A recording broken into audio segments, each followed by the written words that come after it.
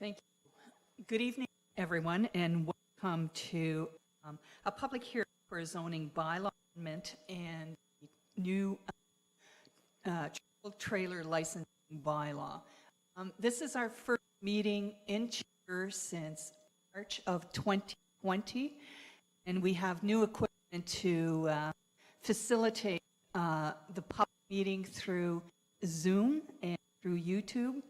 And you'll notice that the councillors are not wearing their masks because we are surrounded by plexiglass. And so this is for the protection of the councillors and staff.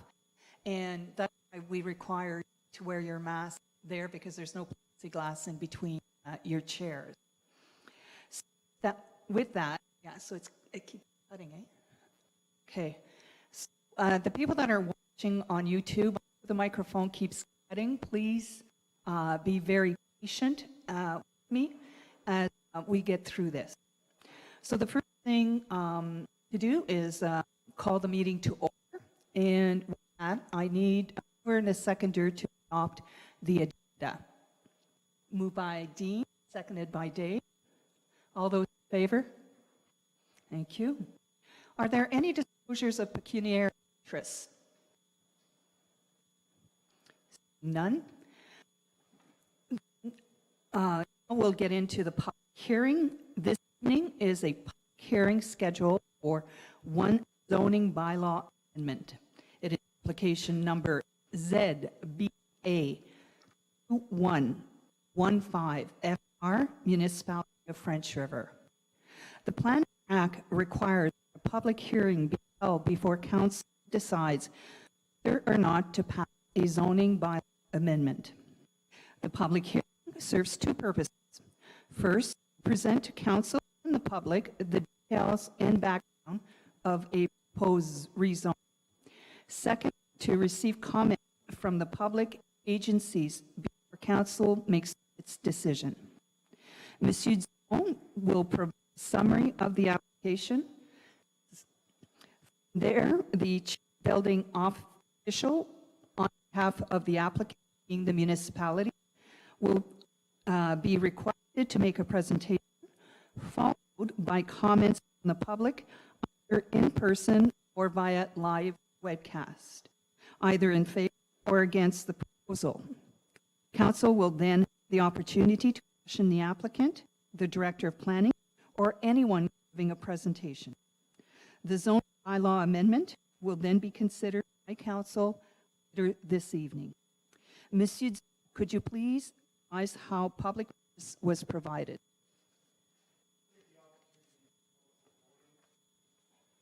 And we'll take the opportunity just to check things out just for a second. I'm not sure if it's only the chair's mic. Check. So the button, the silver button. There we go. I think, can everyone hear me clearly? Okay. I'll speak up. All right. So notice of public hearing was posted in the municipal office and was sent by mail to the assessed owners within the municipality of French River. So typically for these types of zoning applications, they're site specific, and under Section 34 of the Planning Act, that requirement says you need to circulate those applications or notices within 120 meters. But this is a general amendment for the entire area or planning area of the municipality of French River. So it's not 120 meters, it's the entire area that received the notices this evening for this general amendment. So I want to make a clear distinction between what you typically see come here and what is before council this evening. So with that said, that general amendment was circulated to those persons and agencies likely to have an interest in the application tonight. So notices were sent on August 27th, 2021, being over 20 days prior to this evening's meeting. Again, in the act, it says you need to give so much notice to everybody prior to the public hearing. So notices were sent on August 27th, being 20 days prior to this evening's meeting. So included with each notice was an explanation of the purpose and effect of the proposed general amendment, and a key map showing the location of the planning area. So what I mean by planning area, there's basically, you have the District of Sudbury, you have the Municipality of French River, and then you have townships. Oops. So within the townships, that comprises of the Municipality of French River. So I highlighted in my notice specifically every single township that comprises of the Municipality of French River. And that is it, at least for now, for the notices. Thank you. They just changed my microphones, hoping this one will be a little better. And Matt, can you in on to your microphone as well? Okay. Okay. Okay. I now declare this portion of the hearing to be a public hearing to deal with application ZBA 2115 FR Municipality French River. Ms. Mo, please summarize the purpose and effect of proposed zoning bylaw amend and provide any additional information and correspondence relevant to this application. So before I start, I'd just like to let everybody know that I am a registered professional planner with the Institute of Planners. I'm also within the Canadian Institute of Planners, so I am a professional planner. My role, just to give everybody a little bit of context that doesn't know who I am the Director of Planning with the Sudbury East Planning Board. So basically, my role and responsibility is I provide planning services for 4 municipalities and 13 unorganized townships. And I have a governing board which has a chair and vice chair, which comprises of 2 member municipalities of each member municipality, as well as 2 members of the unorganized townships.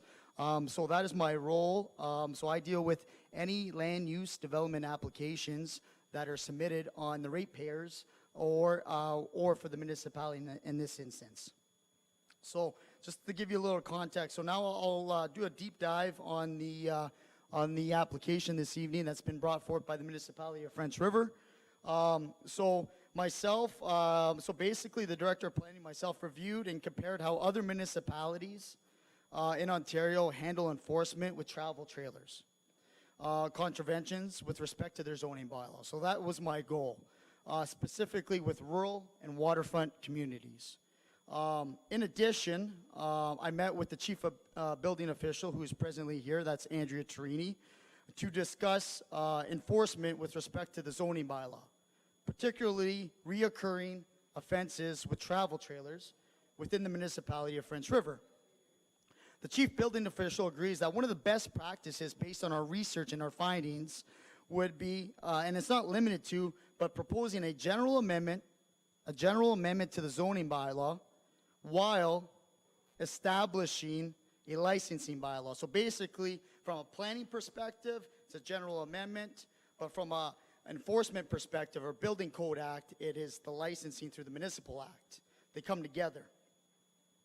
So that licensing bylaw would be strictly for travel trailers to use their current resources, such as the bylaw enforcement officer within the Sudbury East Building and Bylaw Services, and to enforce and regulate those offenses on a consistent day-to-day basis. So with respect to licensing, I recommend that a policy be included to state that a travel trailer may be licensed by the municipality under the authority of the Municipal Act. The licensing bylaw may specify the period and the conditions of occupancy and the fees for recreational trailers. Licensing provisions shall not apply to trailers where they are only stored and not used. So I'll make that very clear. The licensing does not apply to trailers that are stored and not used. A licensing fee would permit the municipality to recoup revenues that would otherwise be made if they were developed for a single detached dwelling. These do not apply on lots where the RVs are only stored and not used, as I said earlier. Enforcement of a licensing bylaw is an important aspect of regulating trailers. That's the key here, regulating trailers. A bylaw officer may issue a letter demanding voluntary compliance at first instance of a contravention, after which charges will be laid under the Provincial Offences Act. So below, through my research and looking at other municipalities, townships, there was one example that I referred to which is a best practice that provides direction as to who is responsible for administering the zoning bylaws and licensing bylaw for travel trailers, and specifically charges, fines, or any illegal use that is in contravention to the respective bylaw. So that example, in terms of context, that is being enforced today is the Township of McMurch and Monteith, Ontario, where they have a clerk, treasurer, they have a chief building official, and they have a bylaw officer. So to give you a little bit of context of what they're doing right now, which is working effectively, the administration and enforcement of the zoning bylaw is delegated to the clerk treasurer and the chief building official. So the clerk will have the authority to issue permits under the bylaw. Notwithstanding the foregoing, the clerk and her direction may refer to applications to council. And that was passed, to give you a little bit of history, Municipal Act of 2015. They appointed their municipal bylaw officer to follow this licensing agreement. And so that's a perfect example that then ties into the Planning Act, which I touched on at the beginning of this conversation, Section 35, where that township actually did exactly what I'm proposing this evening, a comprehensive zoning bylaw amendment.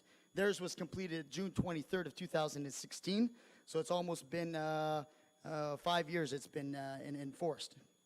So now I'm just kind of I gave you a little bit of context. You know, with the planning board, I know we're here with council, but as soon as, with the planning board, this travel trailer issue started 5 years ago. So to give everybody a little bit of context, before I get into the general amendment, that, you know, the discussions that are having between staff, the planning board, council, etc., there's about 5 years going into this to where we are today. So with that said, there's been also consultants in the private sector, specifically that specialize in land use development, legal lawyers' opinions on case law regarding this situation. So there's been a lot of resources involved for what is being proposed this evening by experts in the respective fields to where we are today. So I just want to make that very clear. It's not something that just happened a year, 2 years. No, this started actually 5 years when I was at the planning board, and my planning board said, hey, Matt, I want to give you, they gave me direction, because that's my role. My role is to give information to everybody. That's my role. I give you the information, I provide you a recommendation. And then at the end of the day, it's council's role to agree or disagree with my information or recommendation. So 5 years of resources have been put into this to where I am today, presenting this information to the public, council, and staff. So with respect to the general amendment, so this general amendment is specifically for the zoning bylaw from municipality of French River, not St. Charles, so I want to make it very clear, it's for the municipality of French River, which is 2014-23. So I'm going to kind of touch on these general amendments with everybody. So the first one is, under the zoning bylaw, there's a general provision that's called parking area regulations. It's section 6.35 HI and IX of the zoning bylaw, and it states, prohibits the use of travel trailers. Basically, it prohibits the use of travel trailers for the purpose of providing temporary or permanent living or eating accommodations on a parcel of land in any zone, like such as rural, you know, community, village, etc., unless it's specifically permitted. So travel trailers would only be permitted for now, like the way the zoning bylaw is right now. Travel trailers are only permitted in commercial tourist zones and waterfront commercial tourist zones. So for example, if you look at a campground is a permitted use in either a commercial tourist zone or waterfront commercial tourist zone. So that's a use that's permitted in one of those two zones, which means that travel trailers would be technically and legally permitted in both those zones, only if it's intended use for temporary sleeping accommodations and recreational enjoyment. So the Sudbury East Planning Board's comprehensive zoning bylaw defines campgrounds. I'm just, again, giving you some example, a little bit of context here. So what's a campground? A campground is a unit operated privately or by municipality or province of Ontario on a commercial basis for campers who provide their own temporary sleeping facilities, such as a travel trailer. And lastly, trailer parks are permitted. Trailer parks, like that's another use. So I just touched on campgrounds, but I'll give you one other example. Trailer parks. So trailer parks are permitted, again, in a commercial tourist zone and a waterfront commercial tourist zone. And the definition of a trailer park says any land in or upon which any travel trailer is used or intended to be used for temporary human occupation by the traveling public and shall not include a mobile home park. So I kind of touched on the definition of travel trailer and definition of campground and how they both relate back to waterfront commercial tourist zones. So with that said, continuing on with the general amendment, make it very clear, again, under the general provisions under parking area regulations, the amendment is to remove section 6.35I, which states no person shall, except where specifically permitted by this bylaw, use any tourist or travel trailer for the purpose of providing temporary or permanent living or eating accommodations. So it's to remove that whole section. Also to remove the section 6.3J IX travel trailers that states no travel trailer shall be located and used on a parcel of land in any other zone than the zone specifically stated in the current bylaw.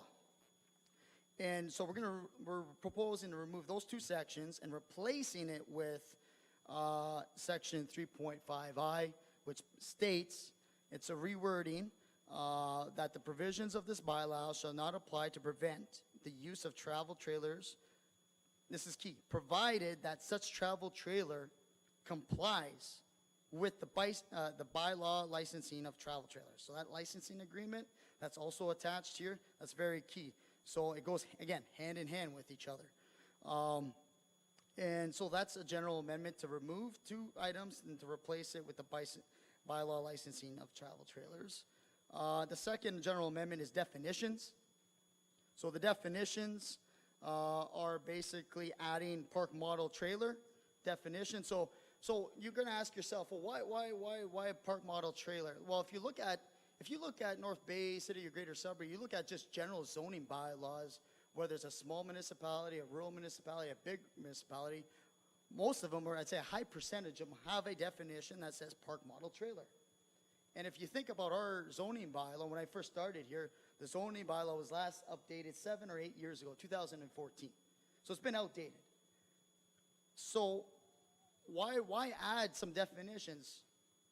It's about improving and then strengthening the zoning bylaw. And there's case law that says, hey, there's park model trailer definitions in every other municipality, but there's not one in the zoning bylaw. So at the end of the day, having that definition helps building code, helps Andrea Trini, helps me enforce the zoning bylaw. When you don't have that, you can't enforce the zoning bylaw. So it's about strengthening and working on some of the holes at the zoning bylaw, because everyone's zoning bylaw has, some issues with it. So for us, it's about improving it. So that's why we're including a park model trailer definition. And basically, this is what it reads. Shall mean a recreational unit that is constructed to CSA standard, Z241, that is built on a single chassis mounted on wheels, is designed to allow relocation from time to time, is designed as a living corridor for seasonal camping between May 1st and October 31st. Very specific. Seasonal, May 1st, October 31st. It's not general, very site specific in the definition. It may be connected to those utilities necessary for the operation of installed fixtures and appliances, but does not, again, very key point here, but does not include a travel trailer, a mobile home, or a modular home. So a very clear distinction between all these different types of definitions that says there's no gray area. This is a park model trailer, and this is the definition for it. Any park model trailer shall conform to the Ontario Building Code, or the Building Code Act. So that's the new definition for park model trailers, which is not currently in the zoning bylaw. With that said, there's some other general, as soon as you start doing this, so as soon as you add a new definition, it's going to affect other definitions. So then so suddenly you have to adjust or amend the other definitions. So I'm going to kind of go over that quickly with everyone here. So for example, definition mobile home, dwelling mobile home, is being replaced by saying, or by adding a park model trailer. A park model trailer. What do I mean by that? Mobile home definition says this in the bylaw. It says a dwelling unit that is designed to be mobile and constructed or manufactured to provide a permanent, keyword permanent, residence, but does not include a park model trailer. So that's the idea, because if you look at the current rate now, it doesn't have park model trailer, but that's why we have to amend it. We have to amend it to also not include park model. So there's a clear distinction between a mobile home and a clear distinction between a park model trailer. The other definition that's being amended is mobile modular home. So modular home is a dwelling unit constructed in accordance with the Ontario Building Code or Act, and is composed of components substantially assembled in a manufacturing plant and is transported to the building site for the final assembly on a permanent foundation. Now that is, again, a modular home definition. So again, we have to amend that definition to now say, but does not include, so dwelling modular home is hereby amended by adding or a park model trailer directly after, but does not include a mobile home dwelling.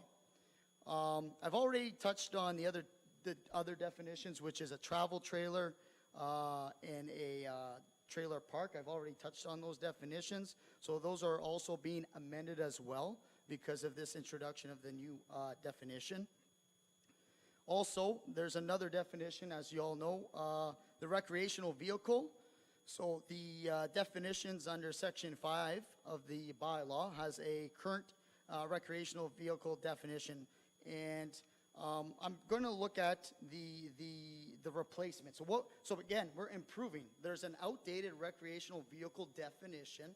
Again, if you look at other examples with other municipalities and what they have introduced of late and improved theirs, it's saying, whoa, our recreational vehicle definition is outdated and it doesn't make sense. So let's, again, improve it, let's strengthen it, and as such, this is what we are proposing, or that I am proposing, that the recreational vehicle shall mean a vehicle designed to provide temporary living, sleeping or eating accommodations for travel, vacation, seasonal camping, or recreational use, and designed to be driven, towed, transported, or relocated from time to time on its own wheels or on water, whether or not the vehicle is jacked up on its running gear and is removed with a size defined by the Canadian Standards Association. That CSA has always come up. So that CSA standard differentiates different types of dwellings, and that's why that's in place. So it's very important to have that CSA standard within that definition, whereas it was not there before. So a recreational vehicle shall not be used as a principal place. So what does that mean, principal place? I have a house on the West Arm. That's where I reside. This is where I'm going to go next after this meeting. That's my principal residence, okay, of the occupant. So a recreational vehicle shall include units further described as a motorhome, travel trailer, fifth wheel, truck camper, tent trailer, park model trailer, and similar mobile vehicles, watercraft, personal watercraft, snowmobiles, or other similar equipment, but excludes, very defined, mobile homes. So that's very much strengthened at what we're proposing. So that's basically a lot to take in, obviously, because there's a lot of different definitions between mobile homes, modular homes, travel trailer parks, recreational vehicles, etc. So that's pretty much in a nutshell. The focus on this general amendment is to focus on removing some of the park area regulations and fine-tuning it by replacing them, and introducing a new definition, which is park model trailer, and then also amending some of the existing definitions within the Section 5. That's the intent of the recommendation that I proposed to council this evening. That is it. So with that said, obviously, there's other policy framework. As a planner, a professional in the field, you have to take into account provincial legislation, local legislation. What I mean by that, provincial is the provincial policy statement. It's last updated in 2020. So there's policies governing provincial. The key is you have to understand provincial interests versus local interests. You have to understand that. Because once you understand that, then you're going to understand when the province has a say versus when municipalities have a say. Sometimes that's lost. So that's why you have this provincial document that highlights all these provincial interests. And you have to differentiate what is and what isn't. So in this case, I touched on the PPS. I touched on an abundant sections. I won't go through all the sections. I'll just kind of give you a little bit of context of an example of my rationale for this section, managing and directing land use to achieve efficient and resilient development and land use patterns. So section 1.1.1A and B, which promotes efficient development and land use patterns, which sustain the financial well-being of the province, but in this case, sustain financial well-being of the municipality over the long term by accommodating an appropriate recreation, park, or open space and other uses that meet the long-term needs. So the reason we're doing this is to meet the long-term needs of the municipality, in my opinion. So this proposal is a local interest. It's not to me, it's not a provincial interest, it's more of a local interest, which the municipality continues to be committed to the financial well-being of the long term. This is an example by providing appropriate recreational opportunities through the general amendment and imposing what's very key in this, imposing a licensing agreement. If we didn't have the licensing agreement, that's what makes this work. So there's other sections in the provincial policy statement that speaks to rural areas and municipalities, rural lands within municipalities. I'd be open to any questions later on if you'd like to discuss those policies within the provincial policy statement. But like I said, I provided my rationale to each of those policies within the provincial statement.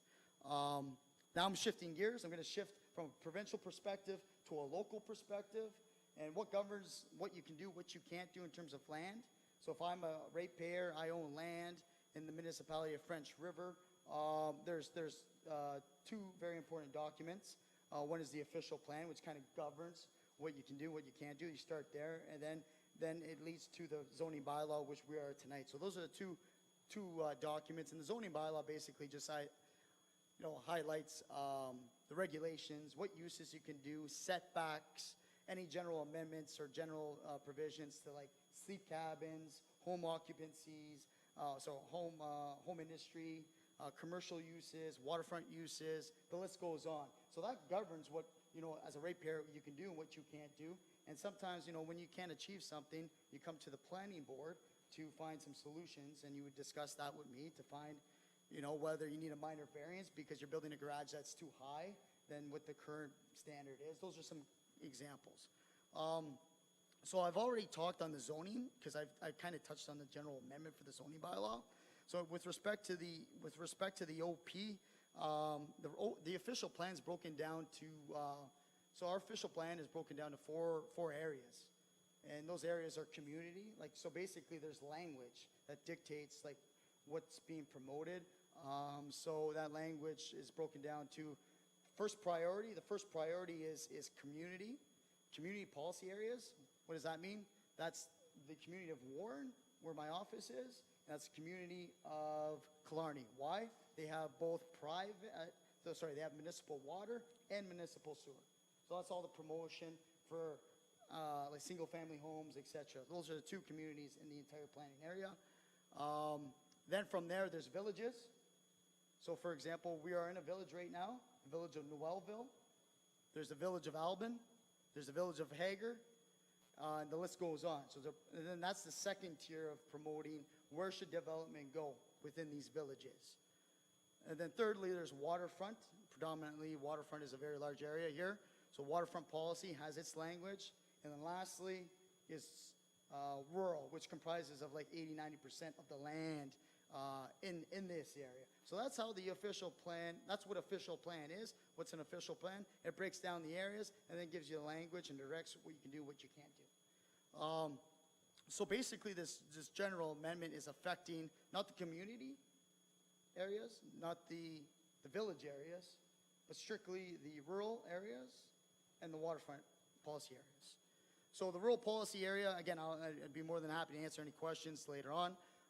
Just to keep a very quick summary, rural policy area is an opportunity for limited residential development where it's appropriate.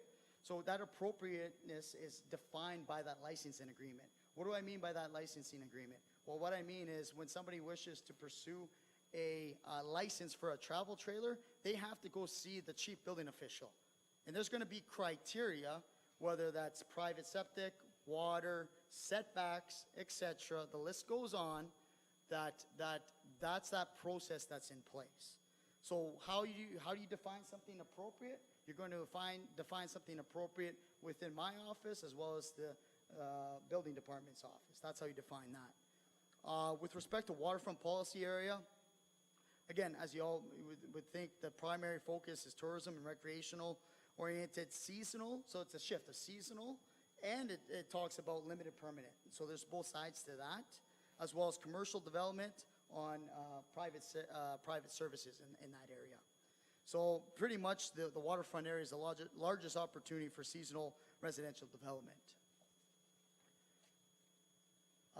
So with that said, agency, so part of this process again is about circulating, so I draft up my notice, I draft up the general amendments, and everyone received this leading into this meeting tonight.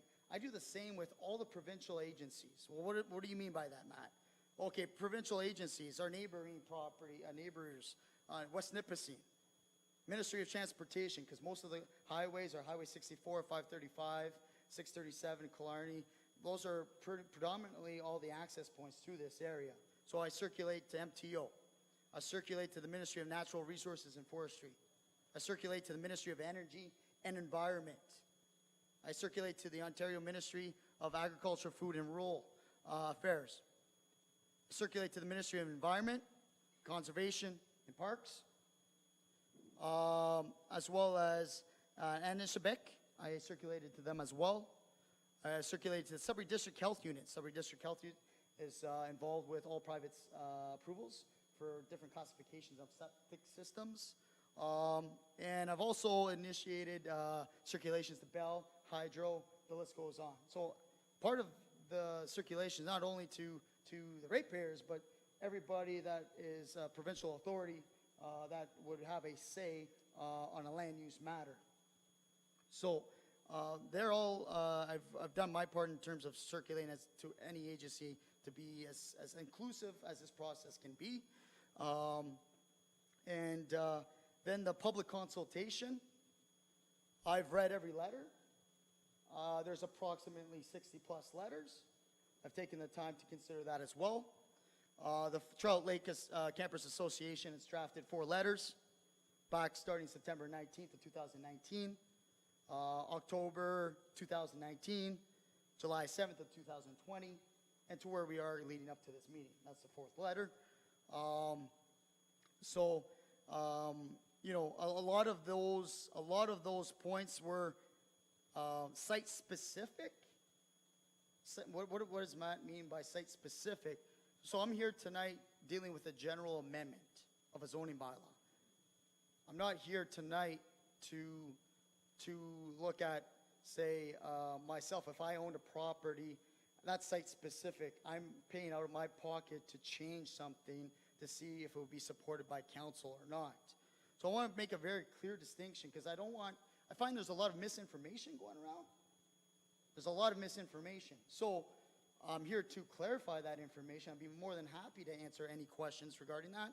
But most of those letters, I'd say a high volume of those letters were site specific. So you're missing the point of the general amendment versus site specific. They're talking about mobile homes regarding a specific site. I'm not here this evening to talk about a specific site. talking about CSA standards, which one applies, which one doesn't apply. Again, CSA standards to a particular site. So the objection, like when I leave right now, that the goal in terms of information is I want to make this very clear to everyone that it is my responsibility to represent all voices in this process. And it's also my responsibility to ensure that, you know, whatever those objections or concerns may be are valid. Because if there are valid concerns, I have to recognize those concerns and address them to council. But when we're talking about a site-specific property, there's 11 letters of the same template, of the same wording regarding someone's property. I can't, that doesn't deal with what I'm providing as information this evening. So that's one of the issues, you know, if you want, I just to show everybody that I did take the time to go through every single letter. Site-specific, Happy Summer Village, site-specific. Rural zone, do not permit park model trailers, site-specific. Safety, boating, impaired driving. That has nothing to do with land use planning. If someone's impaired driving, you call OPP, you call cops. That's not a land use issue. Site-specific. Large marina area that's going to be proposed, site-specific. Party and noise. Again, I'm here with a general amendment. We have different bylaws in place. If someone's going to be, you know, rowdy at 12 o'clock at midnight, you're going to call bylaw. Bylaw's going to take care of that, not land use planning. You know, spills of septic system, valid concern. It is a valid concern. We want to protect our waterways. How do we protect our waterways? There's a licensing agreement in place which says you have to follow the protocols with the building official and Sudbury District Health Unit if you want to even consider having a travel trailer. Trust me, we're going to great lengths. It's just not like somebody can, hey, I'm going to pop my travel trailer on the property and go forward with it. And to give you, you know, to give you a little bit more context, what I get to see every day is a lot of the lots, all waterfront lots, I'm going to be specific here. Waterfront lots are undersized. Most of the lots, Trout Lake, West Arm, which is my area, which is St. Charles, but I've grown up since I was a little kid. I've been on the water, I understand the area very well, different municipality. But I will say this, all the lots were created in 1940s, 1950s, and 1960s. Like since the planning board's been inception, there's maybe a handful of waterfront lots that were created, meaning you have to have 2 acres. So that goes to show you a lot of these lots were created a long time ago. They're undersized. So when you go to the licensing agreement, this criteria, you're going to have to meet those requirements. So I just want to make that very clear. So I did have the opportunity to review all 60 letters and make it very clear that, in my opinion, those are all site-specific.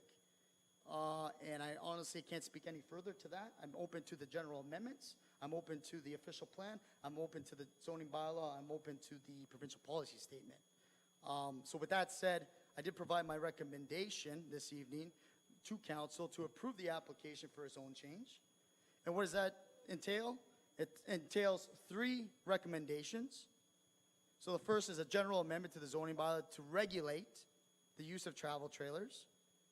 The general amendment would include an attached schedule with set fines, which the appointed zoning bylaw enforcement officer would administer under the provincial statutes and regulations, which is those park regulations that I touched on earlier, the section 3.5, to remove and to add a recreational vehicle definition. So that's what that part A of this general amendment is. B is to amend the current zoning bylaw 2013 through a general amendment for the municipality of French River.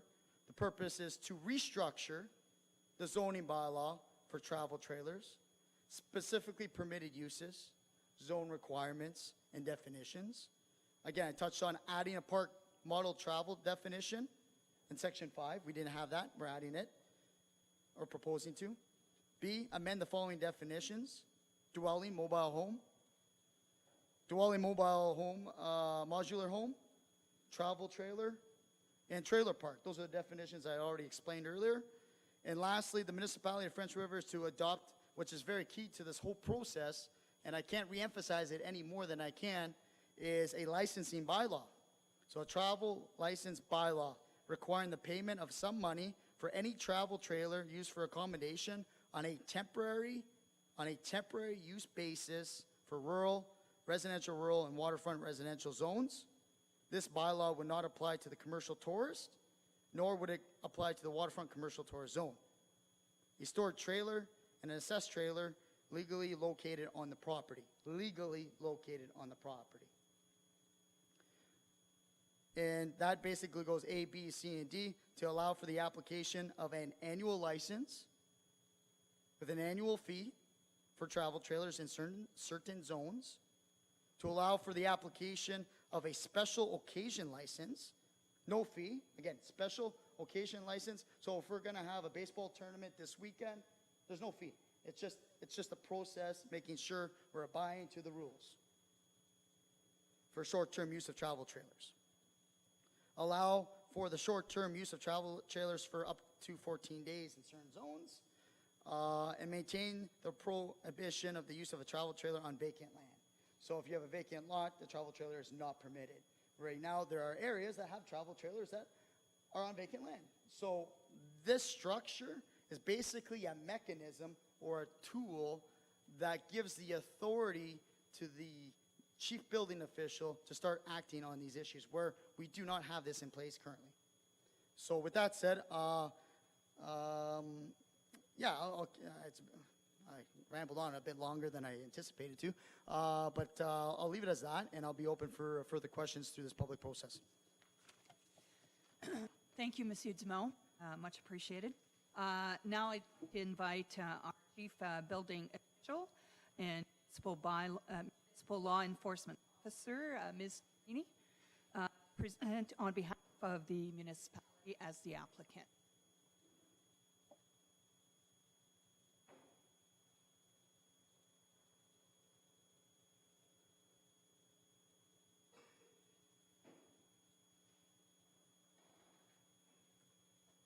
Thank you, Mayor Pigeot. Oh, this is better. Can I be heard all right? Okay. Thank you, Mayor Pigeot. Hello, everyone in council. Welcome to everyone who's come this evening. I hope everyone outside can hear us all right, because I will agree that there could be some confusion that could be cleared up, hopefully through tonight's conversation. My name is Andrea Turini. I've been the Chief Building Official for the municipalities of French River, Marks Day, Warren, Killarney, and St. Charles since 2019. And I've been employed with that department since 2017.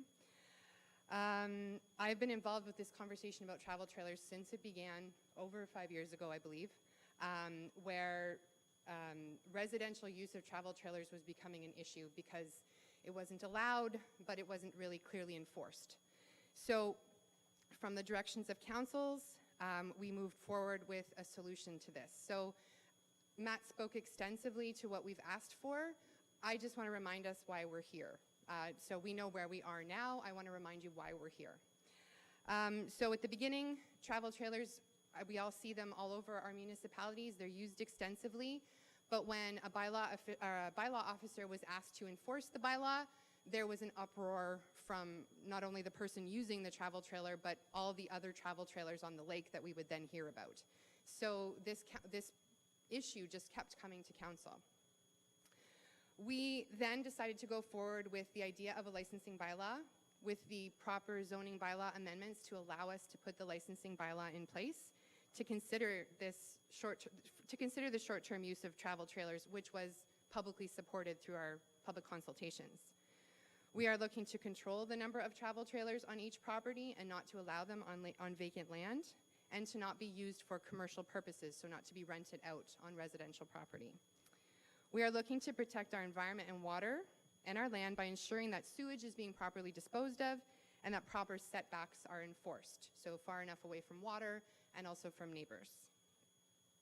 We're looking to help settle disputes between neighbors while attempting to strike a balance between those who oppose the use of travel trailers and those who wish to use travel trailers for short and long-term stays on their residential properties. And also we were looking for tools to provide to our municipal bylaw enforcement officers, beyond just issuing orders to remove trailers, we wanted to have a list of fines that we could also write to help control the use of these trailers. So that's the residential trailer portion of the zoning bylaw amendment. Yes, it's taken us 5 years to get here. I do think that the shared service that we brought together in 2017 helped to propel this bylaw, because we have worked with 3 other municipalities as well. And through this process, we've learned a lot through the planning board and the building department. So beyond the use of residential travel trailers, and through the studying of the residential use of travel trailers, we realized that we didn't have a clear definition for park model trailers. And as Matt stated, they're extensively used in other zoning bylaws. Park model trailers need to be distinct from travel trailers. If we're moving forward with this licensing bylaw on residential properties, I don't want people to think they're now allowed a park model trailer in place of an RV or a trailer. A park model trailer is distinct. It is made for occasional movement, but it is built to a standard to be used seasonally and has more of a permanent feel than what a travel trailer or an RV would have. And I'm not interested in allowing those on residential properties. That being said, the type of use that you get out of a park model trailer is something that's more consistent with what we already see on waterfront commercial tourist and commercial tourist properties. And they're already being used. Up until now, waterfront commercial tourist and commercial tourist properties have not traditionally come to the municipality for building permits. They've had trailer sites on their properties, and they didn't require building permits for RVs or travel trailers. So the type of development on waterfront commercial tourist properties have not really been closely monitored, I would say, because there was no reason to come to the municipality for building permits or for septic permits, since that's all under the jurisdiction of either Sudbury Public Health or the Ministry of Environment. Allowing our staff, and also myself as chief building official, a clear distinction between park model trailers allows me to clearly ask for building permits to be involved in the development of our waterfront commercial tourist properties. These park model trailers are described in the Ontario Building Code.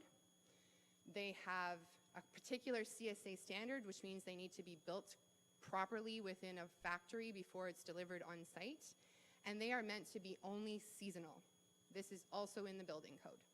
So the fact that they are seasonal, that they are built to a certain standard, and that they are used to a similar use as a cottage building or a travel trailer or an RV, it made sense to include them in our waterfront commercial tourist and commercial tourist zones. The fact that it's going to be more clear will help me as far as convincing waterfront commercial tourist owners that building permits are required for this type of development. That also brings us to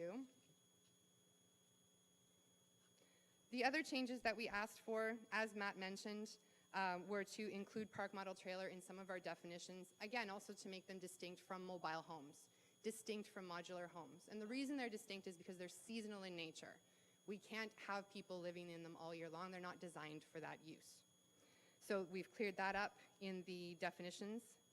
And we were also able to include better definition for our recreational vehicle definition, which Matt also mentioned, referring to the CSA standard, and also noting that these recreational vehicles were not to be used as a principal place of residence, which we are seeing a bit more on even residential properties. So this further strengthens the zoning bylaw as well.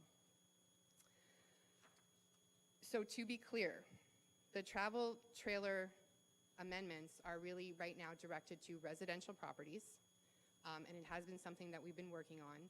And through our research, working on travel trailers and learning about their use, we realized that the definition for park model trailers was required, and it will be very helpful to the building department to help control their use on residential properties as they won't be allowed, but also to get more involved in the development of waterfront commercial tourist properties as we move forward. This has been an incredible learning experience for all of us. I do believe this legislation will strengthen our ability to enforce and regulate, and I just want to thank staff of the municipality of French River to help push this forward. You are the first municipality to move forward to this stage with the trailer amendments, and also to make such an effort this evening to allow everyone to have their voices heard. This has also been lovely. So thank you everyone for your help as well. Thank you, Ms. Tarini. So before I open this meeting to the public for comments, and I want to welcome everyone for taking the time to come before us today, whether on Zoom or whether you're here physically or just watching on our portal.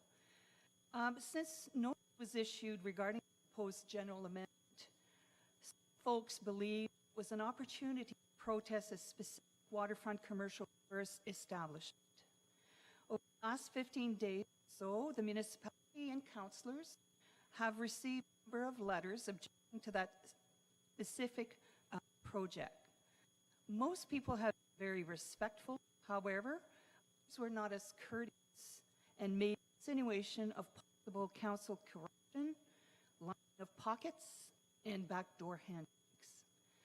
I want to make it clear that such comments are inappropriate, acceptable, uncalled for, and unfounded, and totally misguided. I want to ensure all of you here and those watching that there's nothing further from the truth. Every member on the council, including staff, has always acted and continues to act with integrity, honesty, and more importantly, for the betterment of the entire municipality. There are no personal agenda or gains to be made by any member. I do realize that this is a passionate, for some, a frightening issue. I understand that change is difficult, maybe sometimes fear-provoking, but I want to approach these proposals with an open mind and with, just as council is doing. I thank Monsieur Dumont and Madame Tarini for your comments, and we'll get back to you later on this evening. So as I turn this section over to the public, I want to make sure all the presenters understand the ground rules in addressing council and staff. Tonight's meeting is fully to address a general amendment of a zoning bylaw to include the definition of park models and to allow the licensing of travel trailers. The purpose of this change has been very well presented by our officials, thank you, and throughout this process. All your comments must be directed to the subject at hand. It is not a forum to protest your objection or complaints regarding any specific property. It is my role as chair to keep you focused on the amendment and the proposed trailer licensing bylaw. Council has considered each written comment received in support and in opposition. Name and addresses of each person, I should say, who has submitted a written comment, and each speaker will be included in the public record and in the minutes of the public hearing meeting. As we have a significant amount of speakers this evening, each person will have 5 minutes to outline their position either in support or in objection to the zoning application and travel trailer licensing bylaw. I want to ensure everyone has the same opportunity to be heard. At the 4-minute mark, the clerk, Melanie over here, will signal you that you have approximately 1 minute left to wrap up. Council is looking forward to your comments, and they will be taken, your remarks, into consideration prior to voting tonight. We will begin in alphabetical order with presenters on Zoom, followed by and Chambers. Monsieur Dumont and Ms. Torini will note any specific questions or comments you may have and respond to them after all the presenters have had a chance to have their say. This will be followed by comments and questions from council or staff. I'll let you know when it's your turn, make your presentation, and ask you give your name and your full mailing address to the clerk and followed by your comments. Final caution, I'm not going to tolerate any disrespectful comment or attack made anyone in this room or anyone in the Zoom meetings. So please, we keep it professional and so that we can hear what your true message is. Let's start our virtual speakers. So the first one we have together is Michel Brassot and Ghislain Roy. So through you, Mrs. Chair, I believe that they're not present. So the first speaker is not present. I haven't seen them on all night. I did not receive a message. So we can move on to the second one, which would be Lise So Gagné. the first one we have is So Lise Gagné there. So I know that so when it's live, so they're watching it live outside also. So if they're listening to get their cue, there's a bit of a delay. So we can ask for Lise Gagné to come on. I'm here. Okay, perfect. There she is. Okay, Madame Gagné. Hi there. My name is Lise Gagne. I'm from 1979 Gravel Drive in Hanmer, Ontario.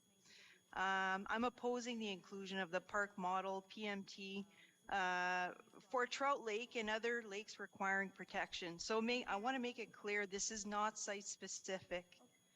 PMTs are not a new term. They're not a travel trailer. Ultimately, they facilitate more people at one time and for longer periods due to the characteristics like large size, multiple bedrooms. They're not normally available in travel trailers. I heard Andrea's comment and I agree. PMTs support development. They are regulated under the building code just like a cottage. Cottages are currently listed as for sale on a development on Trout Lake website. Currently, new PMTs are installed there in contravention of their zoning bylaw. It's the white elephant in the room, isn't it? I heard a lot about this meeting. It's about the trail licensing and the inclusion of the PMTs. Both items are really different. The PMT proposal has no purpose to protect the environment or the lake or safety for residents. The main reason I'm here. It was noted, it's to update an 11-year-old official plan due for update next year. The travel trailer bylaw is to protect the environment, namely sewage in lakes. I found a report on the municipality's website regarding PMTs. The objective of the document and attached engineering study was addition of PMTs to the French River zoning bylaw. An engineer was consulted and provided a report that states the basis of the bylaw that SEBS and the municipality are considering permissions to allow PMTs on the CT-WCT zones listed reasons were based on a demand and to acknowledge they're already in existence. No mention of increased risk was considered in this report. I and many others are here to plead with you to consider to manage those risks. The main one is lake risks. It's really the main reason there's so much concern and opposition. We're all here for the lake, likely the same reason the developers want to be here on the lake and rent out land and facilitate the sale of cottages as per their web. The lake is the most important aspect here, yet the effects of inclusion of PMTs has not even been considered. MNRF documents have been discredited from 1977. In 2015, new information came out, and Trout Lake is designated for lake trout protection management according to the Inland Ontario Lake document. Greater Sudbury has protection in their official plan, and French River does not. The Provincial Planning Act and Provincial Policy Statement states many things that should be considered when proposing changes. Water, environmental well-being, protects health and safety, directing development away from natural or human-made hazards where there's unacceptable risk to the public. Let's talk safety. Qualitative potential unacceptable safety risks reside in the affected area on Trout Lake near a current development. The risk analysis basis is around intensification or increase in lake use directly tied to the use of PMTs, more people, more boats in the immediate area. Risk assessments for safety and environment are objective, powerful tools. The punchline here is none of this is included in the proposal. Engineering study for the inclusion of the PMTs. Of importance, it was not done for Trout Lake and other lakes requiring protection. So I've read some emails about this change and that it should be welcoming and not opposed. I don't agree, and I'm insulted and actually hurt to read that. Residents who live or play here know the lake. They care about it. It's one of the most important things in my life, as it was to my grandparents who were pioneers on the lake. Sorry. We should not legalize PMTs based on demand or because they're already there. This is a reactive solution to a problem versus fixing the problem. This is very irresponsible on so many levels that could lead to environmental destruction and critical safety risks. Consider positioning priorities of the environment or safety first to ensure responsible development of proposal focused on the environment. And I feel the TT licensing does that, yet the PMT does not. If problems are encountered, such as those described as sewage issues, leverage the other regulatory bodies to correct them. Look, PMTs are not trailers, nor are they mobile homes. We heard that. They intensify population and lake use, the main concern raised. This is development. Trout Lake needs protection. It's not in our OP like other municipalities. The PMT bylaw change is not recommended. Do the right thing. You still have time, and abort the PMT bylaw changes from the general proposal. And leverage your staff and step up to the plate and influence responsible actions in our community versus propose inadequate change to bylaws that will effectively impact the environment and safety of our residents. That's the end of my comment. I do appreciate the lengthy discussion earlier. I have done a lot of research. I agree the travel trailer, proposal looks great, but we're missing some key information about protecting lakes that are at risk. And that needs to be heard. And I'm hoping the municipality is going to consider that before they decide today. And that's all I have for now. Thank you, Madame Gagne, for your comments. We'll move on to the next speaker, which is Mr. Larry Gill. Is he on? And I'm hoping the municipality is going to consider that before they decide today. And that's all I have for now. Thank you, Madame Gagne, for your comments. We'll move on to the next speaker. Is Mr. Giltz on Zoom? Is he on? Ms. Giltz?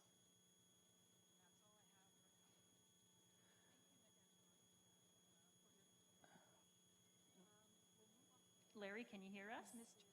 Giltz? It would be your turn to speak. Zoom?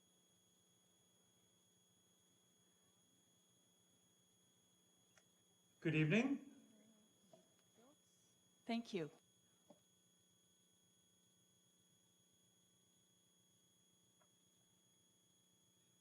I'm sorry, if there's a question pending, I didn't quite catch it. No, I'm telling you, you can start the presentation. Good evening. Oh, sorry, I didn't have a presentation. I just wanted to follow. Okay. Okay. Thank you,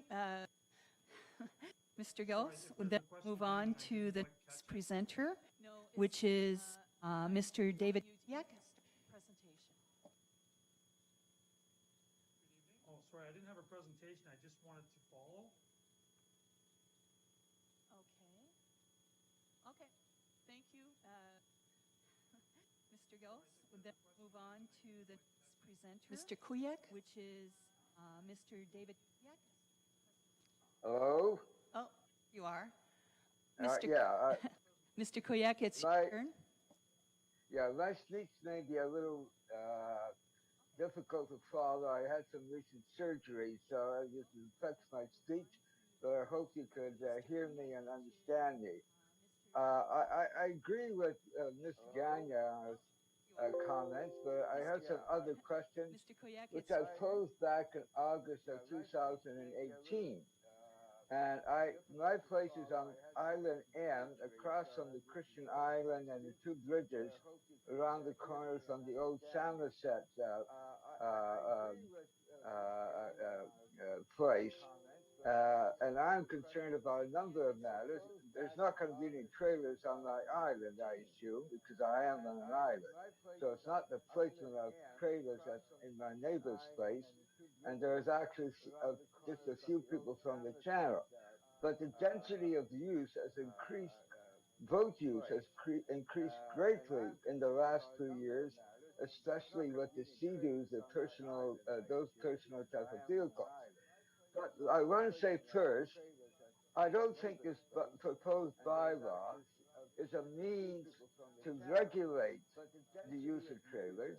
It's a means to permit the use of trailers because as you have it now, trailers are not permitted.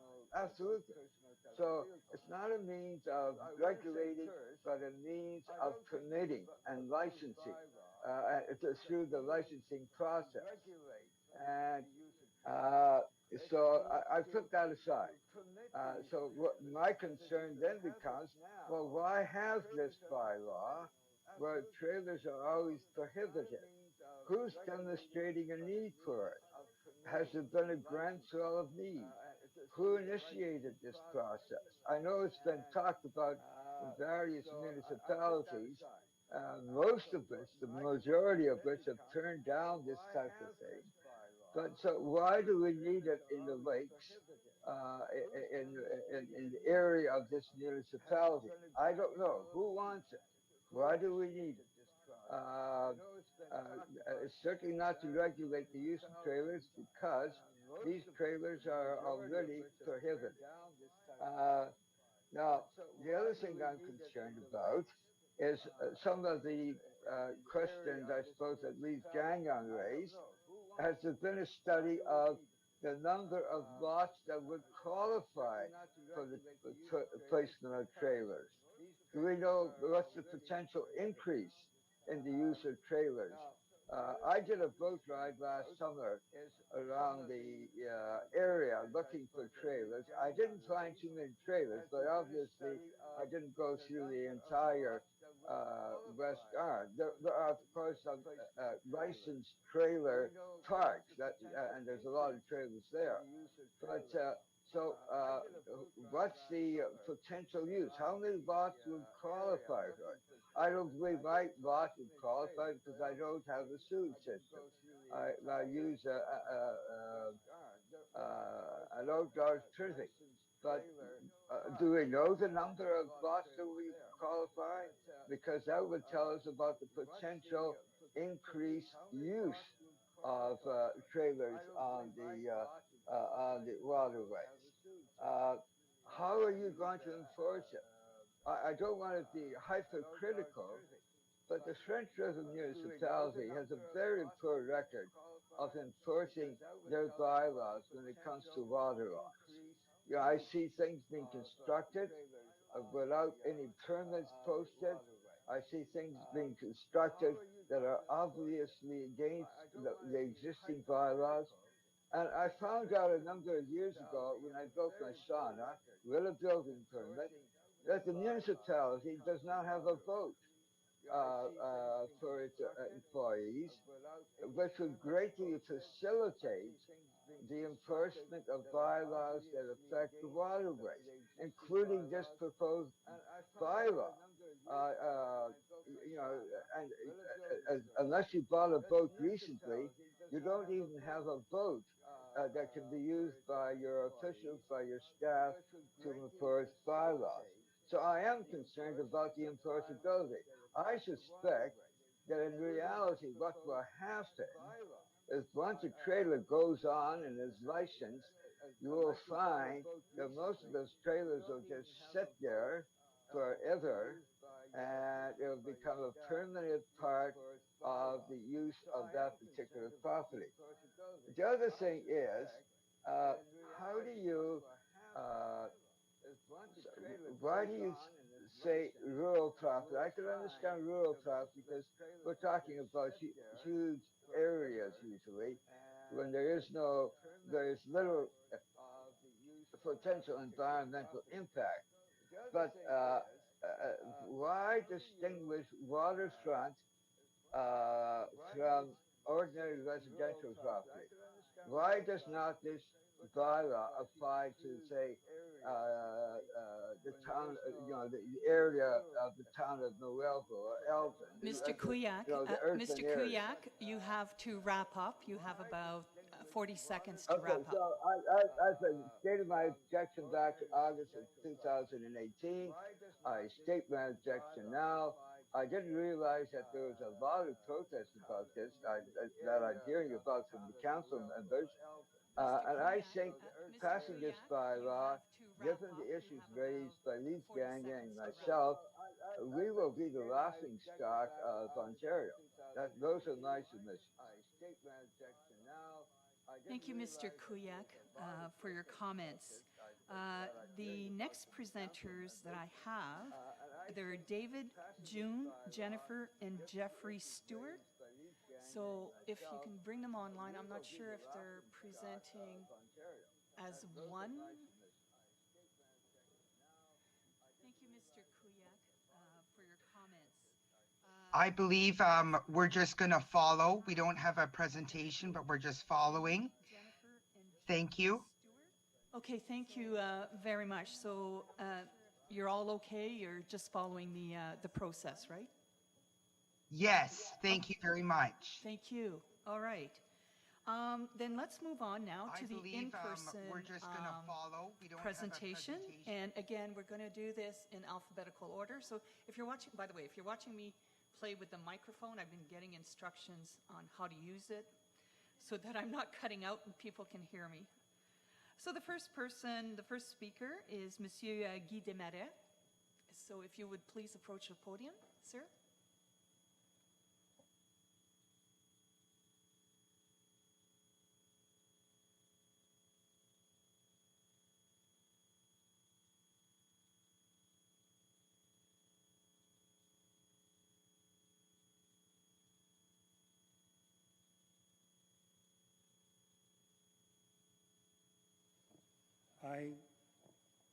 I offer today comments relating to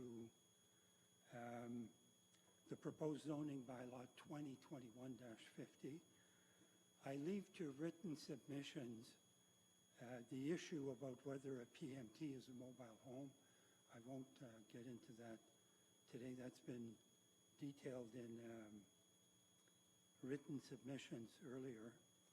My comments are focused on the introduction of the PMT, and more particularly its effect on our dear Trout Lake, our dear Trout Lake that's over capacity. It's been found to be over capacity, of course, in 1976, as it was again in 1999, and as it was again in a 216 study of dissolved oxygen, which was submitted earlier. And the lake capacity and assessment manual is clear, where readings are below 7 milligrams per liter. There should not be no development or intensification of development within 300 meters of the lake. That's what the manual says. Trout Lake, of course, is the only trout lake in the municipality, and it has its specificities, therefore. So, by all reasonable planning standards, the lake should not be intensified anywhere, and particularly at the east end, which is has lower readings and is a narrower the narrowest part of the lake. I think the point of the sensitivity of Trout Lake is accepted by everyone. I don't think I need to. I think, and I trust that everyone here understands that problem. The art of the general bylaw is to plant for specific sensibilities. And this project should be the same. We say every reasonable precaution should be taken. And that means adding detail to the bylaw, which essentially contains 5 operative words. By adding the words "or a park trailer," which is added to the usage of for trailer park purposes. 5 words, that's it. For example, the 16-page trailer bylaw goes on at length and, for example, expressly disallows usage during the winter months. The park model reference doesn't even do that. It refers to a definition, but there's no express disallowance of use in the winter.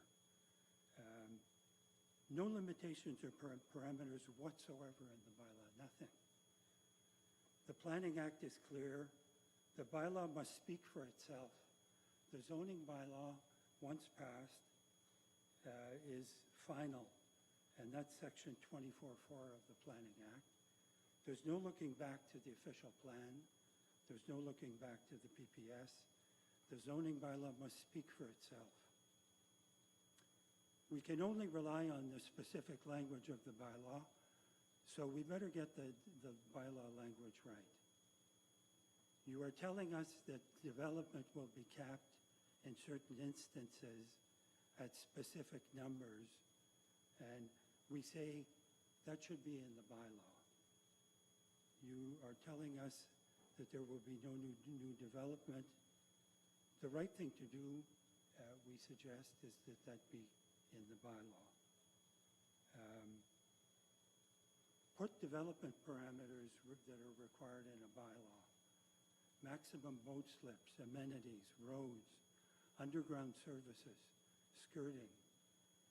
And for example, the mobile home description bylaw goes on at length about required parameters, skirting, etc.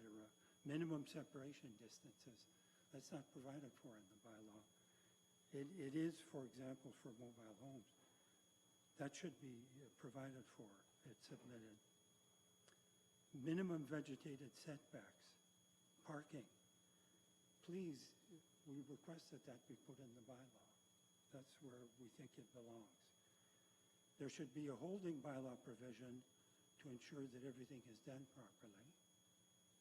Good practice has indicated, for example, in recent LPAC cases, the Burley case, the Mississippi Mills case, referred to in the submissions by the Trout Lakes Campers Association. That is what protects citizens' rights under the Planning Act. If it's not in the bylaw, citizens lose their right to appeal in the future if there are changes. Citizens deserve not to be disfranchised by this process. We request that you please put it in the bylaw. I'd like to thank staff for being accessible and reachable during this process. We thank you for your time and your attention to these matters. And I'd leave you with the words of LPAC Chair David Lancier. We must be concerned with the long-term effect, not just for years to come, but for decades and centuries to come. Merci beaucoup. Thank you very much. Merci, Monsieur Desmarais. We'll move on to the next presenter, which is Madame Linda Lachance. Oh, I missed number 2, sorry. Oops. Oh, and it's Mr. Vernon Heineman. Would you please come? Where are you? Oh, way down there, okay. No worries, nobody gets my name right. Hi, it's Vernon Heineman. I'm here today with regards to this bylaw, I think it's something that's really needed. Trying to stay on topic to what this bylaw is trying to achieve. There's too many people buying lots, especially on the waterfront, and then putting in a travel trailer and calling it their cottage and not paying any of the property taxes on, because there's deemed no development on the property. This puts an end to that. If people want to buy or have cottages on the water like that, they should have to have a dwelling. They should be having to build to the Ontario Building Code. They should have permits that the municipality gets. It increases our property, or their property value, which in turn drives more property taxes for the municipality and supports sustainable, healthy development. And that is, this bylaw will clean up a lot of the loopholes that are being taken advantage of, and having people that have permanent residence and having to have people that have trailers that haven't moved sitting in the mud, and they're calling it their guest cabin, and it's being fully used, and they're not being dealt with on the septic systems and that. This cleans that up. I think it's really important that we do that. I do agree with the statements with the people that if we don't maintain the quality of our water and our environment, that is the driving value of all of our properties up here, and this is moving in the right direction to preserve that. So I would just want to make sure that there are quite a few people out there that do support this, even though there has been lots of people rallied objecting to not necessarily the bylaw, but unrelated topics. Thank you. Thank you, sir. Now, Madame Lachance.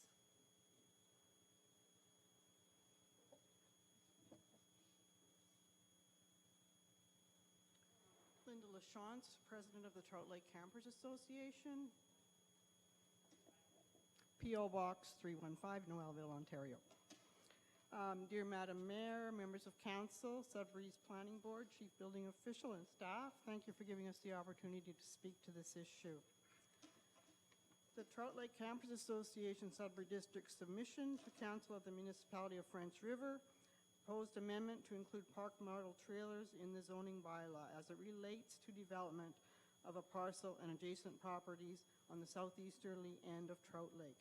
Yes, this is a site-specific issue because the proposals of the general amendment are going to have impact on this property and our lake. You can't negate the validity of our concerns because it is not relating to the general amendment. The Campers Association objects to the proposed amendment of the zoning bylaw to permit park model trailers.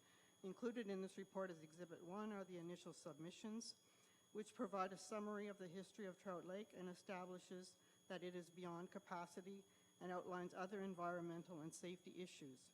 Exhibits 2 and 3 provide detail of when a seasonal park model trailer is considered a mobile home. Exhibit 4 is a summary of general regulatory matters with reference to statutory provisions and case law. Those exhibits were sent with our initial letters that came to you. I'm not going over them tonight. The summary of the objections to the proposed amendment as it relates to properties in question is as follows. The site in question, which includes the Happy Summer Village location and several adjoining properties currently used for residential purposes, is an exception as it is designated as rural under the OP.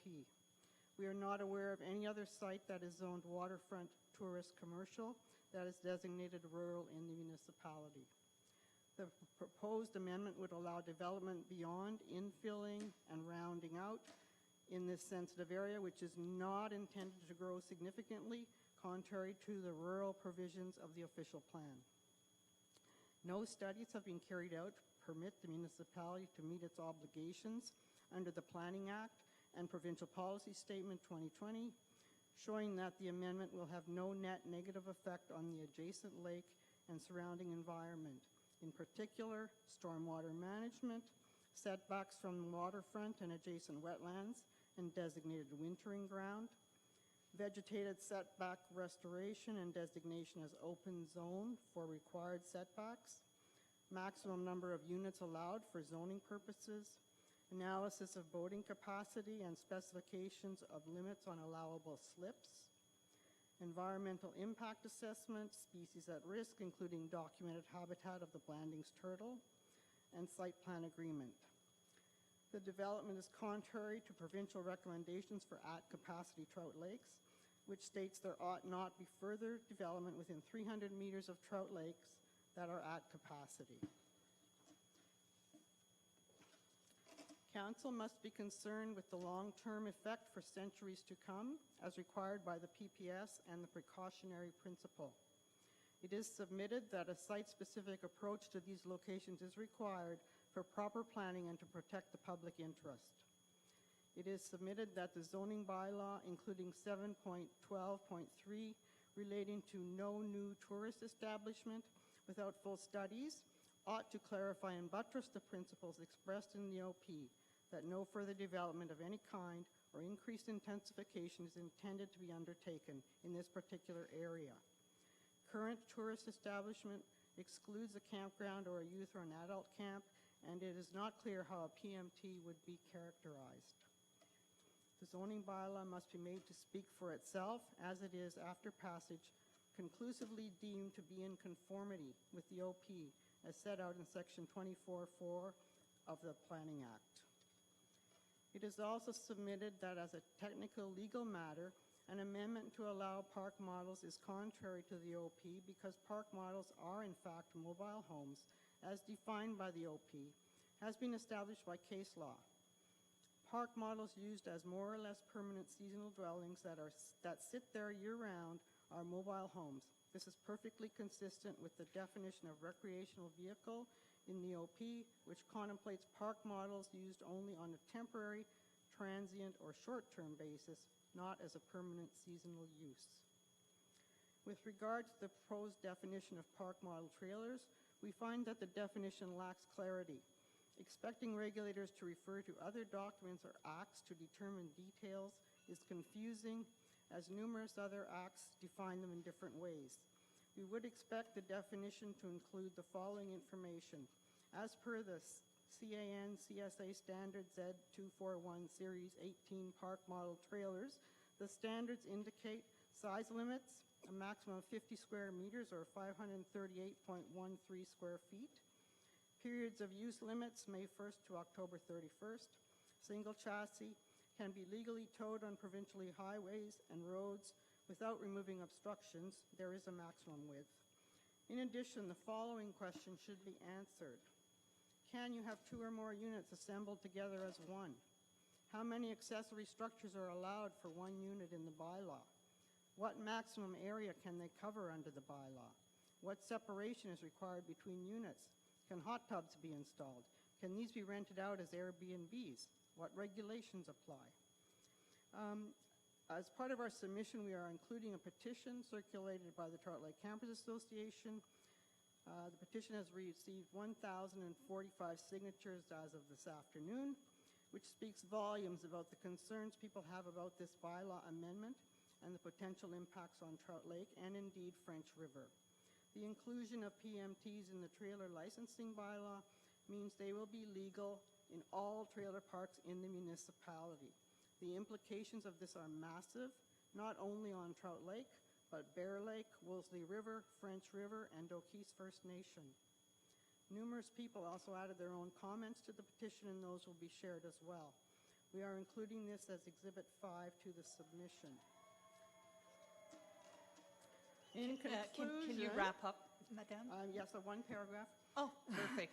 We want to emphasize that this is not only a Trout Lake issue. Legalizing by defining park model trailers in the bylaw will permit their installation on properties designated commercial waterfront tourists throughout the municipality. Many tourist lodges could go this route in future. The problems and issues we've identified could be exponentially greater going forward. Given the environmental sensitivity and natural heritage features of Trout Lake, the fact that it is currently well above capacity, the physical constraints of this area of the lake, the sensitive lake trout fishery, the massive proposed intensification and disruption is endangering the sustainability of the lake and public safety. The decision to adopt this bylaw amendment will have permanent negative neighborhood effects to Trout Lake, its environmental features, and its species, its cottagers, permanent residents, and taxpayers. One solution which we see would be to exempt Trout Lake from the section of the bylaw which defines PMTs. We are not in opposition to the licensing aspect for trailers, and we recognize the need for this to occur. On a personal note, I went for a canoe ride this morning to clear my head in preparation for this evening's public hearing. The peaceful stroking of the paddle, the call of the loons, the reflections in the water, the tranquility provided by the lake are things I love. I have been a paddler on Trout Lake since I was 15 years old. Some people pray, others meditate, others go into the forest, and the lucky ones go to Trout Lake. As I paddled, I thought, what a tragedy it would be if the natural beauty, the environment, and calmness of Trout Lake were destroyed for the sake of inappropriate development. Thank you very much. Thank you, Madame Lachance. We'll move on to the next speaker, and that is Monsieur Paul Marcon.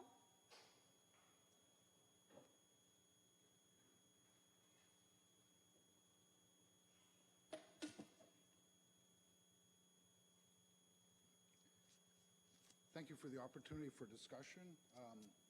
My name is Paul Marcon. I live at 2471 Field Street in Sudbury. I also have property 1141 Lafreniere Road on Trout Lake. I'd like to talk about 0.08%. So I know I'm going to be site specific, but the site is also, this is a new thing with park model trailers, but site specific I think is going to lead into more of this issue. The 0.08% I'm talking about is the tax base.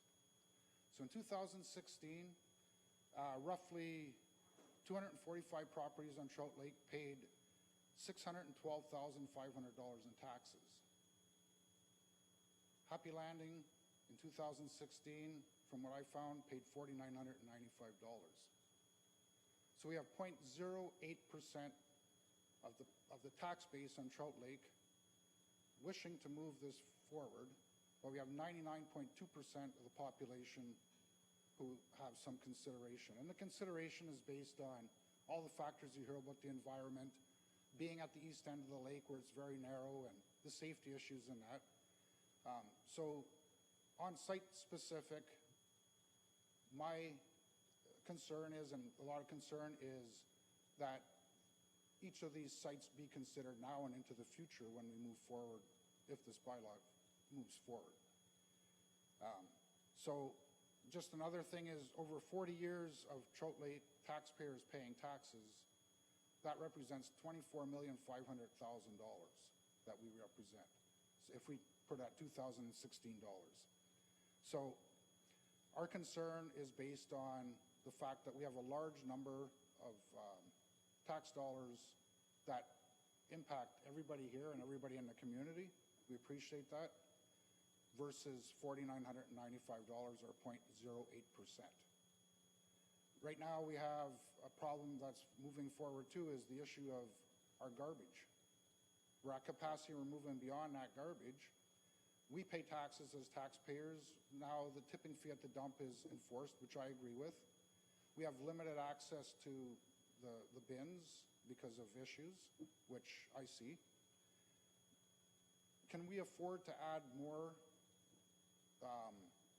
heaps of garbage or more overcapacity because of adding more residents to the area that are going to use that? And as far as I know, none of these 37 spots at Happy Landing will be paying specific taxes, yet they'll have the same privileges as the rest of us on the lake or in the community without paying any specific tax. And even if they paid $1,000 a year tax or levy, that's $37,000 to the municipality to work with.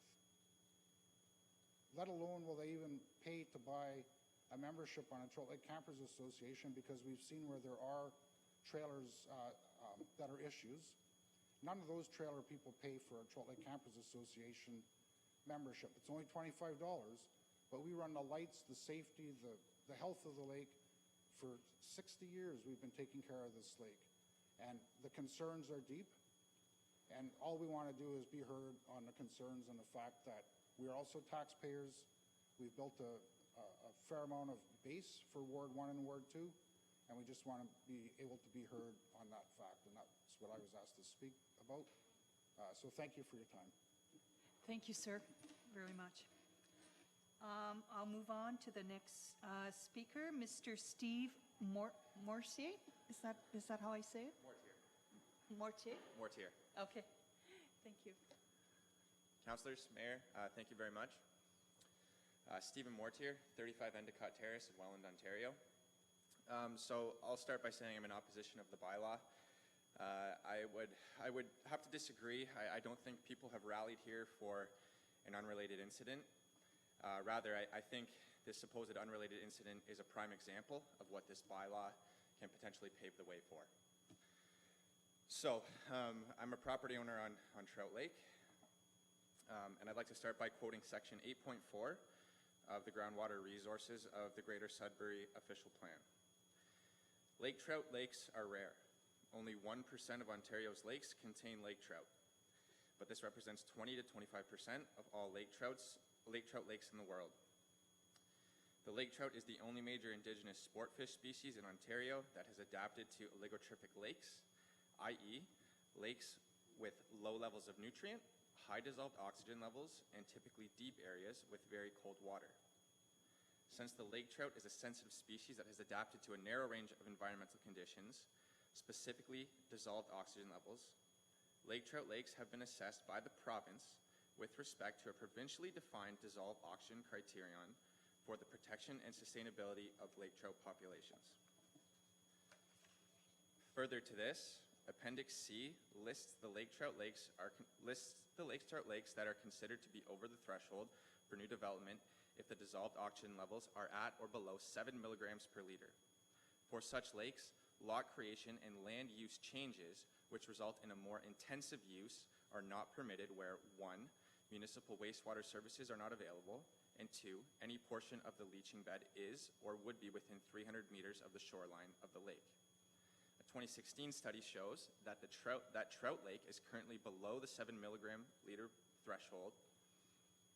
For reference, 8 milligrams per liter of dissolved oxygen characterizes a healthy freshwater ecosystem. This means that the population of lake trout in Trout Lake are not reproducing and are in grave danger of being wiped out. This is all public information and from published documents online. My questions for the council and your consideration. So what about soils investigations to determine that there will be no new net increase in phosphorus loading to lakes? Understanding that minor increases in phosphorus has been linked to the loss of lake trout due to a decline in dissolved oxygen levels, this would be catastrophic for the lake trout populations. I believe we should be investigating methods to reverse this rather than exacerbate problems such as this. What about wastewater management studies to determine the effects of gray water and black water disposal? Have studies been completed to determine how intensification of development on Trout Lake specifically will affect natural habitats, shorelines, and the various native species, including Blanding's turtles, heron rookery, bald eagles, snapping turtles, and monarch butterflies, all of which these species are currently listed as at risk in Ontario and are known to inhabit Trout Lake. And as you might imagine, I'm sure countless other bodies of water that this bylaw would open up development to. Have we considered how this development could alter natural shorelines? Shoreline areas provide critical spawning, nursery, and food production areas for many species of fish, including lake trout. Do you believe that the proposed marina in the case of Happy Summer Village, slated to start construction next year, beside a significant pickerel spawning ground on Trout Lake, will have no negative impact on that species and others in the food chain? Published studies prove that increasing human activity, i.e. building of docks, water parks, marinas, and wake from boats, negatively impacts the shoreline ecosystem and causes a significant decrease in fish populations. Have you considered the risk of introduction of invasive species on lakes? An increase in motorboats, especially by tourists from various areas, will drastically increase the risk and potential spread of invasive aquatic species on lakes. These invasive species could include aquatic plants, invertebrates, and fish. Invasive species compete with native species for food and water and can destroy native fish spawning habitats. Invasive species have also altered dissolved oxygen levels in Ontario lakes. This information is directly from Ontario's Invading Species Awareness Program, published and available online. I think we have a responsibility to protect and manage our ecosystems so that we maintain healthy and viable populations of native species, including the aforementioned species at risk. All that said, we are still deemed frozen for development on Trout Lake as per the 1997 Ministry of Natural Resources Assessment Study. So I think before this bylaw should be considered further, there needs to be proper due diligence, especially on that of Trout Lake, but just imagining, what this paves the way for on other bodies of water in the municipality. Thank you very much. Thank you, sir. The next speaker is Mr. Rob Payette.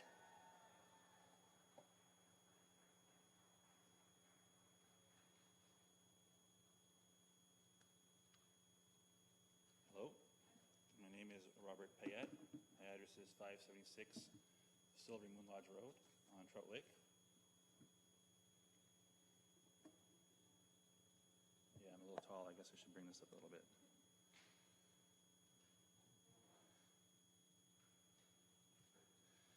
So I'm here to oppose this bylaw, specifically the inclusion of the park model trailer in the allowances for commercial tourist and waterfront commercial tourist properties. It's been said by Matt and Andrea that these things have been included in other municipalities' bylaws in other areas. And I want to bring up the fact that, yes, it has been, but two significant challenges and problems in those areas.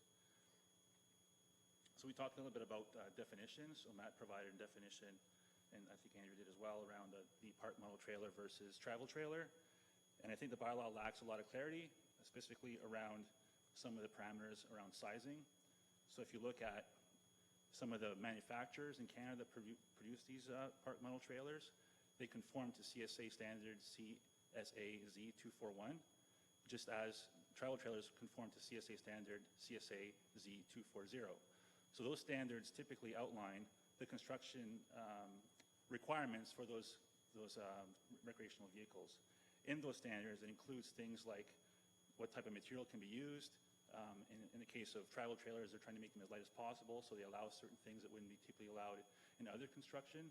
But as far as park model trailers is concerned, because they're wider, so up to 14 feet or more in width, then they have to abide by some of the Ontario Building Code. So when Andrew specified that there'd be permits required, the permits are required for the manufacturer in order to meet those specific standards to build those trailers to follow those standards. So imagine, a trailer that has a 14-foot wide ceiling, then you couldn't use like a 2x4 or a small metal support for that roof because it wouldn't support the snow load and such in these environments. So that CSA standard is really there to define the construction. If you look at the CSA standard, it's 126 pages long for the Z241, and all of which, other than the first couple paragraphs, define the construction of those devices to make sure that they're safe for public use. That includes plumbing, electrical, septic, and all those type of things. Now, including those into the, so calling park model trailers a travel trailer is not realistic because they're wider. So on a travel trailer, you have to meet 8.5 feet of width to be able to travel on the highway safely and be able to tow it everywhere. Whereas park model trailers can be much wider, and they're intended for travel, but only for intermittent travel, not to be traveled every weekend because it's a giant thing. Now, as far as use of park model trailers in the commercial waterfront and or commercial tourist properties, what's happened in a lot of municipalities, and this is my concern, is that these devices have been used as a means to walk that gray area in the bylaw. So if you imagine a property like the elephant in the room that's developing a property, you can either build cabins and have travel trailers on your property. That's the current bylaw. Now, if you include park model trailers, now you don't have to build cabins. You can substitute those with park model trailers instead. And reality is they're very close to the same thing as a cabin because the amenities are similar. They're designed for larger square footage. It's more of like a home, even though they call it a trailer because it comes on wheels. Now what happens is a lot of these developers leverage this gray area and exploit it in a way to use them instead of building cottages to avoid paying property taxes. So if you build a bunch of buildings, now all of a sudden your property value goes up. So maybe your property is worth now a couple $1 million because you have all these buildings on it that you constructed. Well, if you do that with park model trailers, guess what? Those are not buildings. Until they're attached to the foundation, they're not considered a structure. So therefore, the tax base does not go up. So this is a loophole that's been exploited in many other areas, and I don't want that to happen here because it's not just a Trout Lake issue. Sure, I'm on Trout Lake, but this is a municipality issue.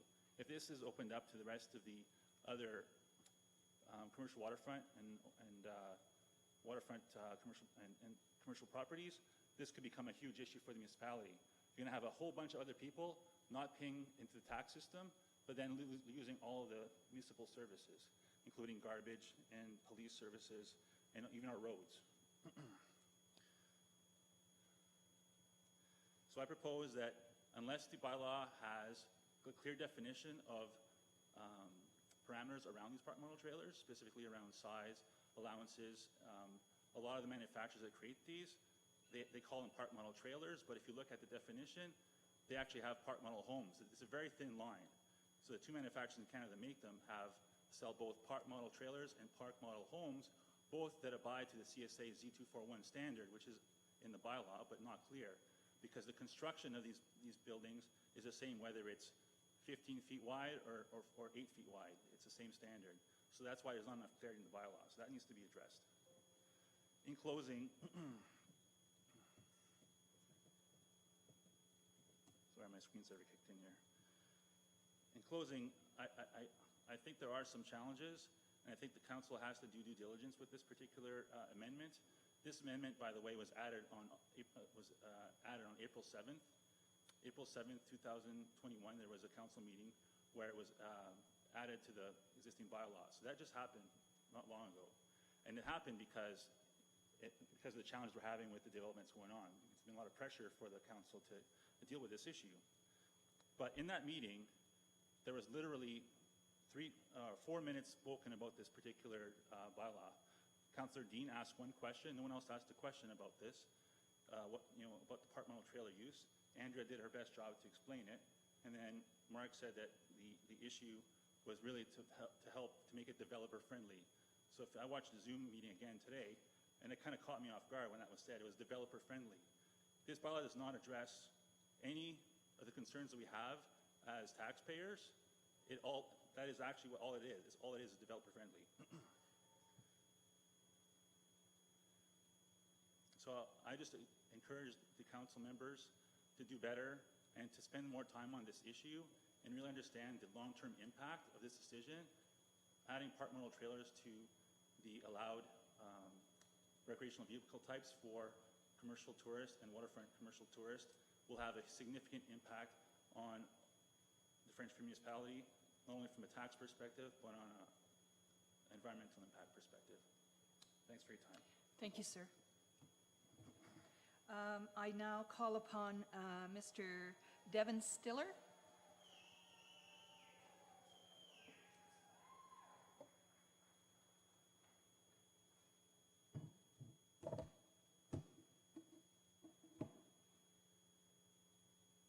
Good evening. My name is Devin Stiller. I'm 1302 Silvery Moon Road. I'm also the owner of Silvery Moon Lodge on Trout Lake. I come tonight, as you can guess, in opposition of this bylaw. The bylaw does many great things. I think it's got 3 out of the 4 things we need in it. It takes care of both the residential side for environment and business, and it takes care of the environment side on the commercial, like the tourist area as well. But it has nothing for the business side of the tourist, tourist and waterfront zones only. Can I move that a little bit? While allowing them on waterfront tourist properties and having no rules to regulate them, it opens up a giant can of worms for every business owner and anyone who frequents businesses in the area.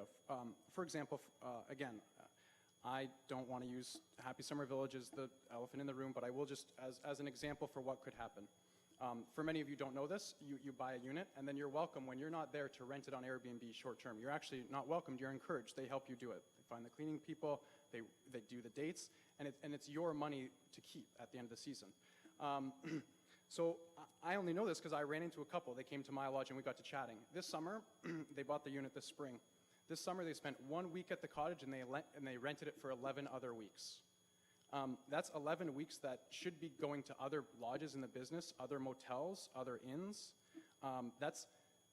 If you go right now on Airbnb, you'll see their sites up there renting for $2,000 a week. That 11 rentals, that's $22,000 taking out of this municipality and going back to Oakville was where the people lived. My lodge, for example, many lodges in the area need to keep around a 70% occupancy rate to keep the lights on and food on the table in the winter. Good years were around 80, bad years were around 60. What is expected if all of a sudden 37 rental units or more, depending on not this property but other properties, other trailer parks, some might have 80. What's happened to that to businesses, to lodges, to inns, to the Beaux Jours Inn, places that have served this community for near hundreds of years? What's going to happen to that when all of a sudden there's this entire private sector of renting commercial properties?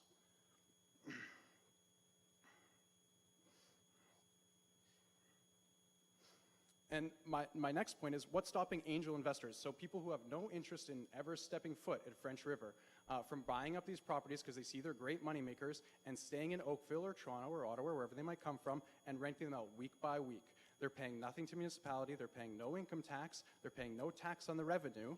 All this business is being taken away from other businesses that have served the community for many years. Matt said regulating trailers was the main goal here, and yet, as I said, 3 of the 4 areas you're doing that, but you're not regulating park model trailers on commercial waterfront at all. You're not saying who can operate them, how they can operate them. If there is no regulations to short-term rentals, and you see every city right now is playing catch-up with these regulations. Toronto was 4 years trying to get out of this mess because their entire hotel chain and motel chain died with Airbnb. And now they've just, since Airbnb arrived in 2014, they just put the regulations in now. So I find it backwards that we're going to allow park model trailers without any regulations of the sort. It seems, why wouldn't there, it's like the horse before the buggy. We need regulations before we can say, yes, they should be allowed. Like building a highway in the cars and then worrying about the laws afterwards. It's also very alarming that I spoke to a few folks here today, Andrea and others, that this problem hadn't been thought about up until today when I brought it up. This has been happening in every municipality that's allowed short-term renting. Is it seizes the rental market, all the other businesses go under, and now we're playing. Now what was proposed to me is in 3 years the regulations might come to fruition. My lodge probably won't make it 3 years. If next year there's 37 additional rental properties down the lake from me, Silvery Moon, Owl's Nest, Wolseley Bay Lodge, Totem Point, I mean, they'll simply be wiped out. There is impossible to keep them open if with the addition of those rental units.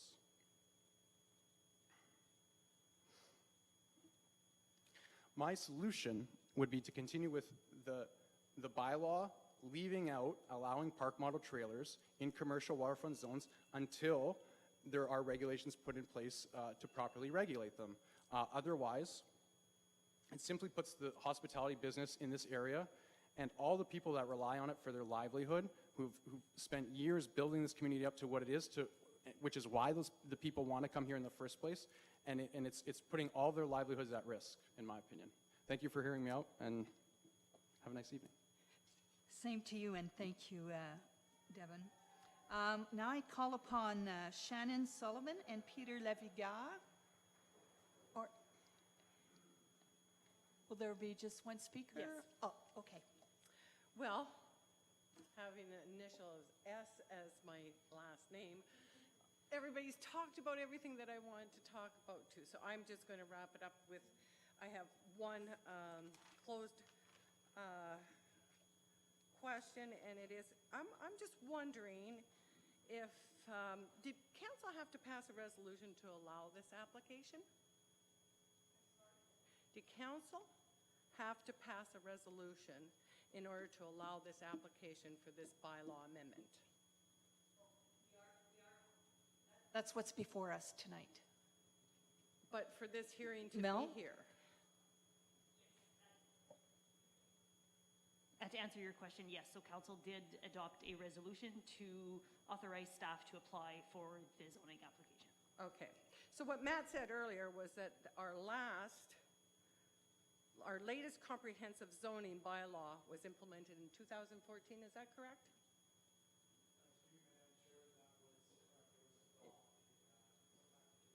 So we haven't had any amendments until from 2014. Fine. Okay, well, Linda Lachance, my friend from the Silvery Moon, have said everything that I wanted to say, but I want to reiterate that these park model homes are definitely a concern. And all the things that have been said before, I reiterate them, that we have a problem that needs to be addressed. And we need to be very careful in how we proceed with it, because it can be very damaging. And the last thing I want to say is to Matt, you said that today is a general amendment, but do general amendments not affect site-specific issues?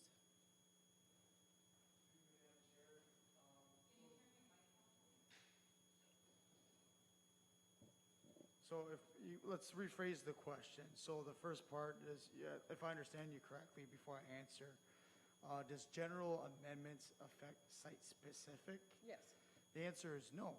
It does not. So all the talk here about the general amendment and what we're going to do with motorhomes and et cetera will not affect the site-specific implications. General amendments, so this conversation would be like saying, where do you reside?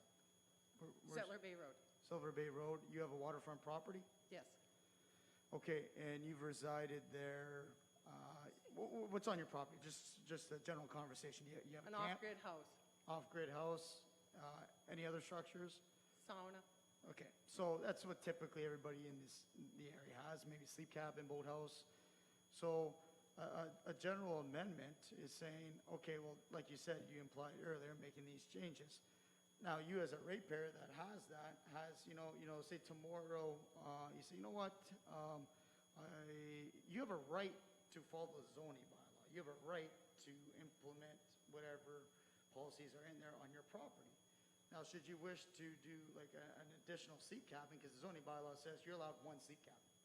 So tomorrow you say, you know what, I'm going to entertain the idea of having 2 sleep cabins. That's site-specific, because you're not permitted that one sleep cabin. You're not permitted that second sleep cabin. So for me, it's a general amendment, but it's not site-specific, because site-specific would be every individual here that's a ratepayer would have to come to the planning board, have a pre-consultation, propose whatever they're proposing, and ensure that that works, that conforms to the provincial legislation as well as our local legislation. So what you're telling me is that the general amendment has no bearing on site-specific. So we're talking about, of course, the Happy Village, Summer Village, which is a big concern for all of us in our community. So you're saying one has nothing to do with the other, and if we pass this tonight, we're not going to have to backpedal or suffer consequences in site-specifics. I'll make it very clear from a professional, my morals, my values, my code of conduct within my profession. I'll make it very clear to everybody. I'm here to do a job. My job is to provide the information and give that to council. So with that said, I have no interests with site-specific. I don't. I look at what was outdated in 2014. I understand there's problems. There's problems. Everybody, we all have problems. We can talk for days about problems. So we need to find solutions. And if you don't have, that's the only way we continue to improve and strengthen our bylaws. And as a result, this is a general amendment, notice brought by the municipality saying, hey, we have some issues with our current bylaw. And then they facilitate that discussion with me at the planning board. Thank you very much. I want to go on record as opposing this amendment. Thank you. Thank you. Now I call upon Mr. Gilles Villeneuve. Again, as the previous person came up, most of my questions have been answered. The only thing my concern is, has there been a criteria set, whichever way it goes? Has there been a criteria set, whether it's approved or not, what the criteria is, that somewhere we can get a hold of the information, what that criteria is? That's basically what I'm looking at right now. Thank you, sir.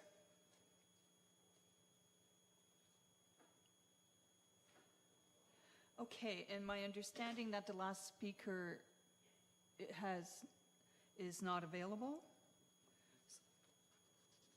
Okay. All right. Now I'm going to give a chance for, I know Matt, Andrea have been making notes throughout the presentations, and if you have certain concerns or issues you want to address to the general public, this is the time to do it before I turn it over to council.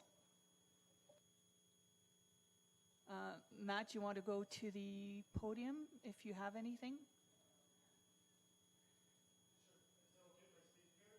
Well, the camera does not, oh, is it okay? The camera picks it up? Hmm? Oh, the camera's on council, so, oh, he can speak from there because they see him? Oh, okay, perfect. Getting used to the technology, sorry. I appreciate everyone's comments. They're valid in some capacity. Everyone has, listening to everyone's story here tonight, a business owner, a ratepayer, everybody brings something different to the table in some sort of capacity. So I respect everybody's, comments regarding this general amendment. Where do I start? I'm trying to focus. I'm just going to focus on some themes, just themes in generally. So one of the themes that I've kind of digested with everybody's presentation is protecting our lakes. That's a common theme for the whole area. It's been very apparent with respect to phosphorus levels, shorelines, that natural heritage component, waste, etc. So that's one theme in itself that is a valid point that has been brought to council's attention. Another theme that has been brought to, what I've taken out was tax base. So I'll make that very clear. I'm going to push that out of this discussion. I'd say theme 1 is valid, theme 2 is not.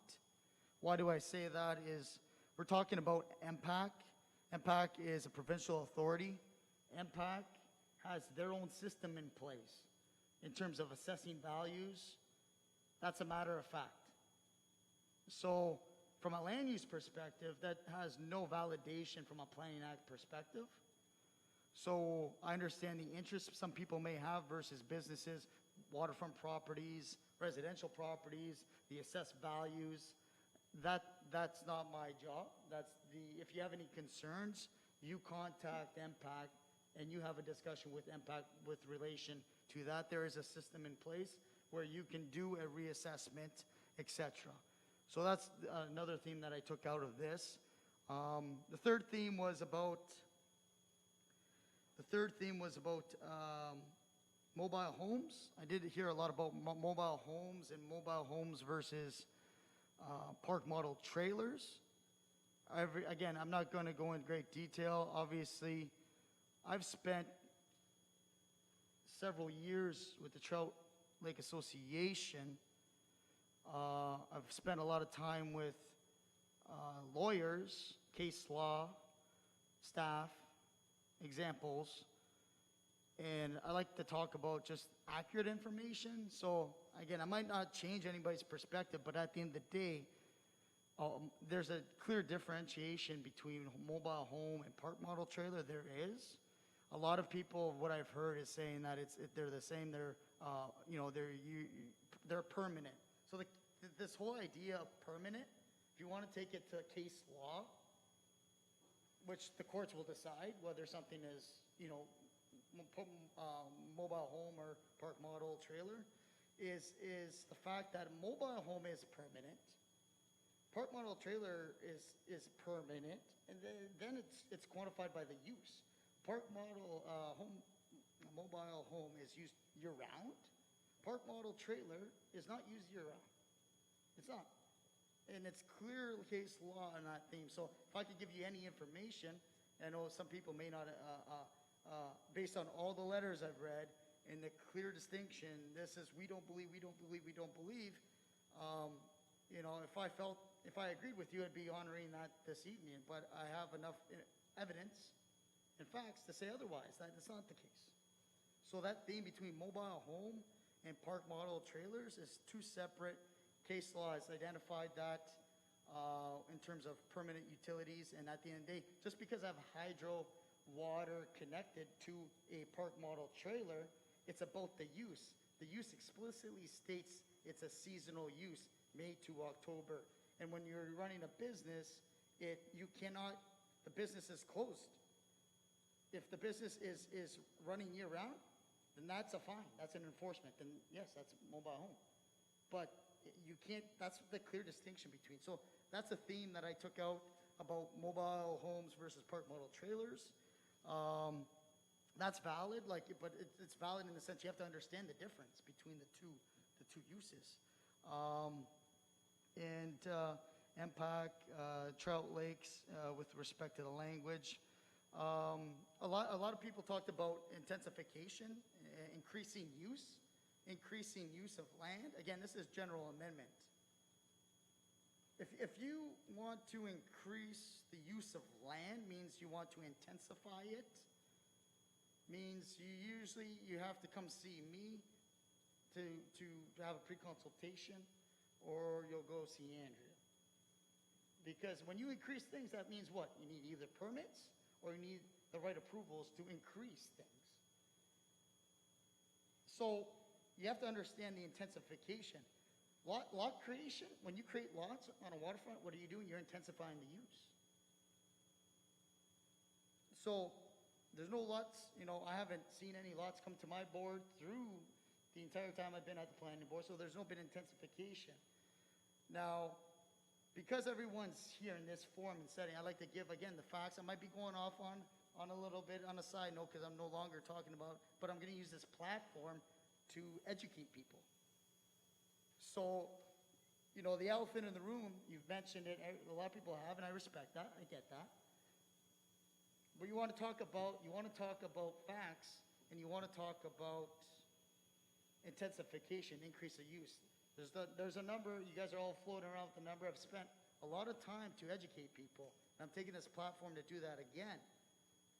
So at the end of the day, when I'm going to use an example for a site, I'm a business owner. I buy a property. There's a zoning bylaw, there's an official plan, there's the building code act, there's so many different, and then there's, the provincial agencies, MNRF, et cetera, which you mentioned. Well, if there's a thing called legal nonconforming, that's law too.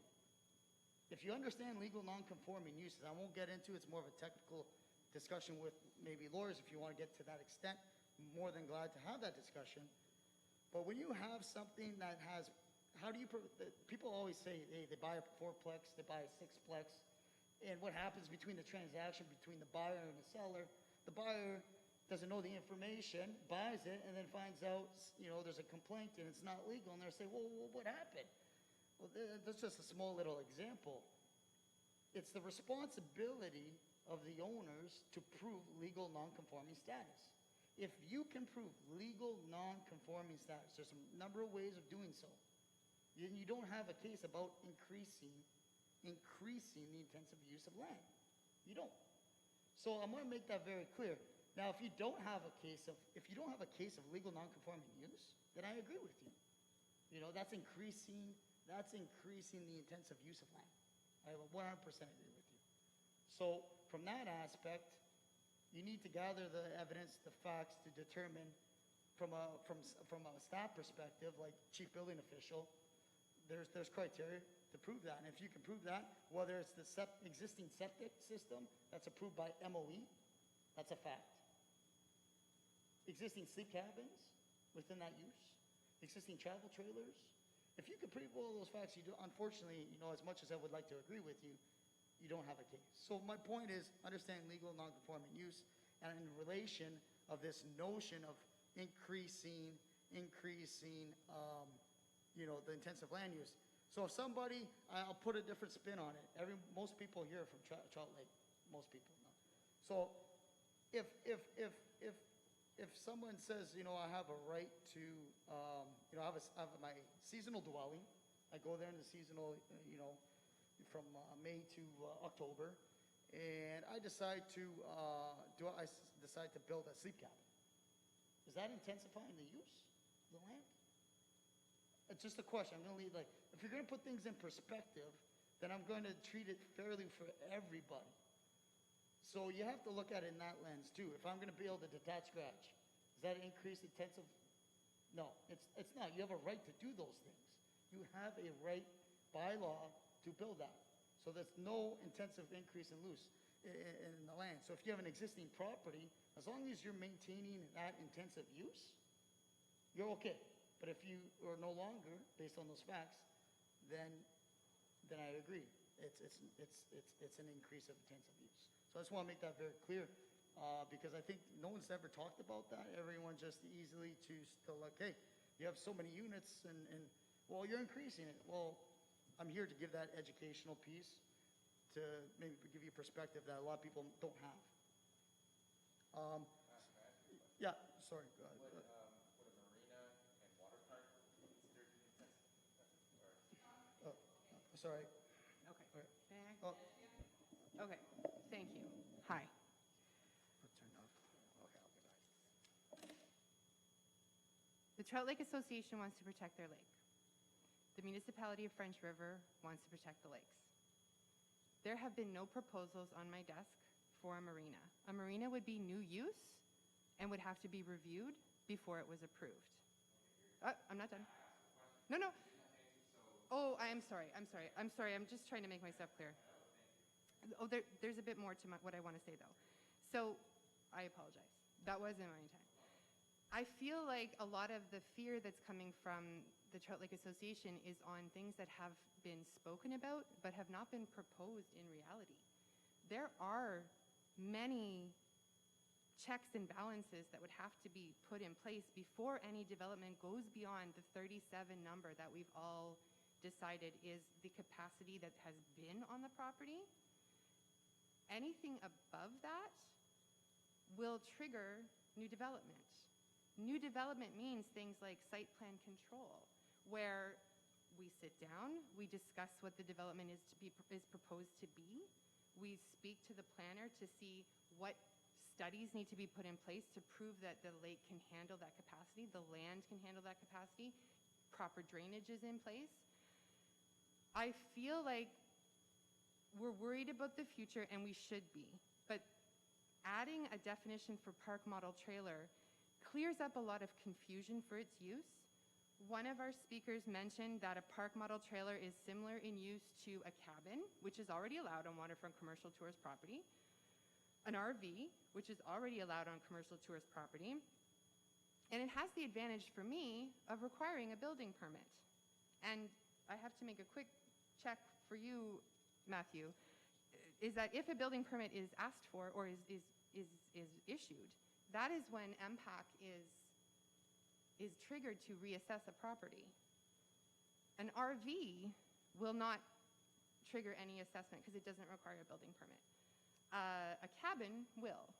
A park model trailer, because it requires a building permit and potentially decks and potentially anything else that might be allowed within it, would trigger that assessment. Yes.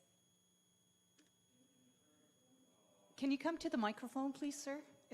It's just to make sure the people outside can hear you as well. Turn on your mic. There we go. In the current zoning bylaw, in the commercial waterfront or commercial tourist zoning, would you be able to build a cabin and sell the cabin to someone? I don't think so, because This is a new business model. that's my point. So when you would not be able to build a cabin and sell it, because that's like selling a cottage and they don't own the land, so you can't do that. But the distinction is a very thin gray line between building a cabin and or using a park model trailer.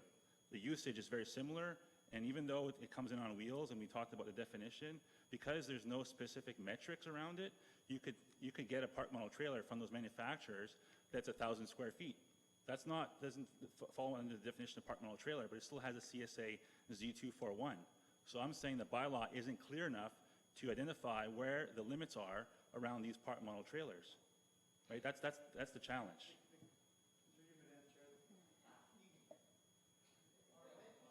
Oh, sorry. So the question I'll just throw, I'll have the question. So you said park model trailers is not clarified, like it's not identified for this tax? Taxing is one aspect of it for sure, but like I said, you could not build a cabin today and sell it as a cottage on a commercial waterfront or waterfront commercial tourist property. Okay. Right? That's correct. I'm following you. I'm Yes. trying to understand. And your all I'm saying perspective. is the distinction between a cottage and a park model trailer, the line gets very, very gray when you don't have parameters around the park model trailer. So if you look at, for example, the Recreational Vehicle Association of Canada, they have a specific definition of what a park model trailer is. It's 50 square meters or 538.13 square feet. You know, it comes on one chassis and so on and so forth. But the manufacturers that build these things in Canada have a slew of other park model trailers that fall outside those guidelines. And that's the concern we have, right? If we knew that all fit underneath that same specification, then there'd be less concern. There'd still be the issue about tax base and the stress on the municipalities' tax dollars and services based on not paying taxes on those trailers. That's still an issue. But it's that distinction that we're worried about, right? It's that definition. So the size is a major concern. Absolutely, because like I said, the manufacturers, if you look at those two manufacturers in Canada, they sell units that are way beyond the 538.13 square feet. In fact, most of them, other than two on their site, are over that manufacturer's recommended size for the 538.13 square feet. And so, but they still have a designation of the CSA Z241 because they still meet the building specifications around the plumbing, electrical, and building code that's required to build those units. But they're still called park model trailers, and it's a marketing thing. Because one of the manufacturers, if you go on their website, it says are park model homes. All their units are called park model homes, but it's a definition. The bylaw has to be clear on what that really means because different manufacturers have different standards. They still use a CSA Z241, but the size of those units are quite large. And when you show the unit coming in on a single chassis, sure, it's 45 feet long by 14 and a half feet wide. But does that include now adding additions onto it? Because most of those manufacturers also sell additions you can add onto it. So now you can add an extra 2 bedrooms, right? I would ask another question. So if the property had the capacity to handle, and this is an if the property had the capacity to handle that size of occupancy, what is the difference between that size of a cabin or that size of a park model trailer? So now we're talking, so I know that the term intensification relates to additional load on from a property perspective. So there's been no intensification on Trout Lake because there's been no additional properties opened up. But if you want to generalize a term as far as utilization instead of intensification, utilization goes up because now you have larger accommodations for more people, which means a higher occupancy rate, and then the issues around the Airbnb come into play as well because now you have a 4-bedroom cottage you can rent out for $2,000 a month or a week, right? So, and the concerns we also have is basically if you start building these things that are beyond the 538.13 square feet, and all of a sudden you have these cabins or cottages, even the marketing for these things everywhere, it's cottages. Like we're talking about the elephant in the room, it's marketed as a cottage. Come buy a cottage, right? And it's park model homes. The language is used everywhere. Also, okay, go ahead.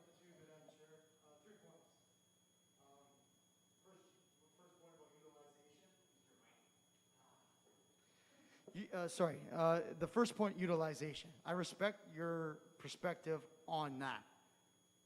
From a land use perspective, It's not applicable. I understand that.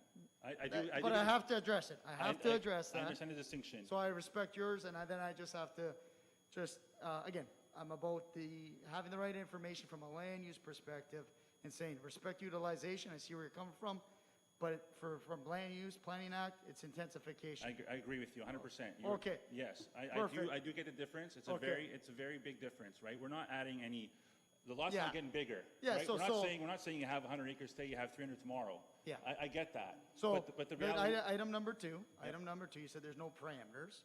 So what we're bringing forward this evening as information to council is we now have parameters with the definition.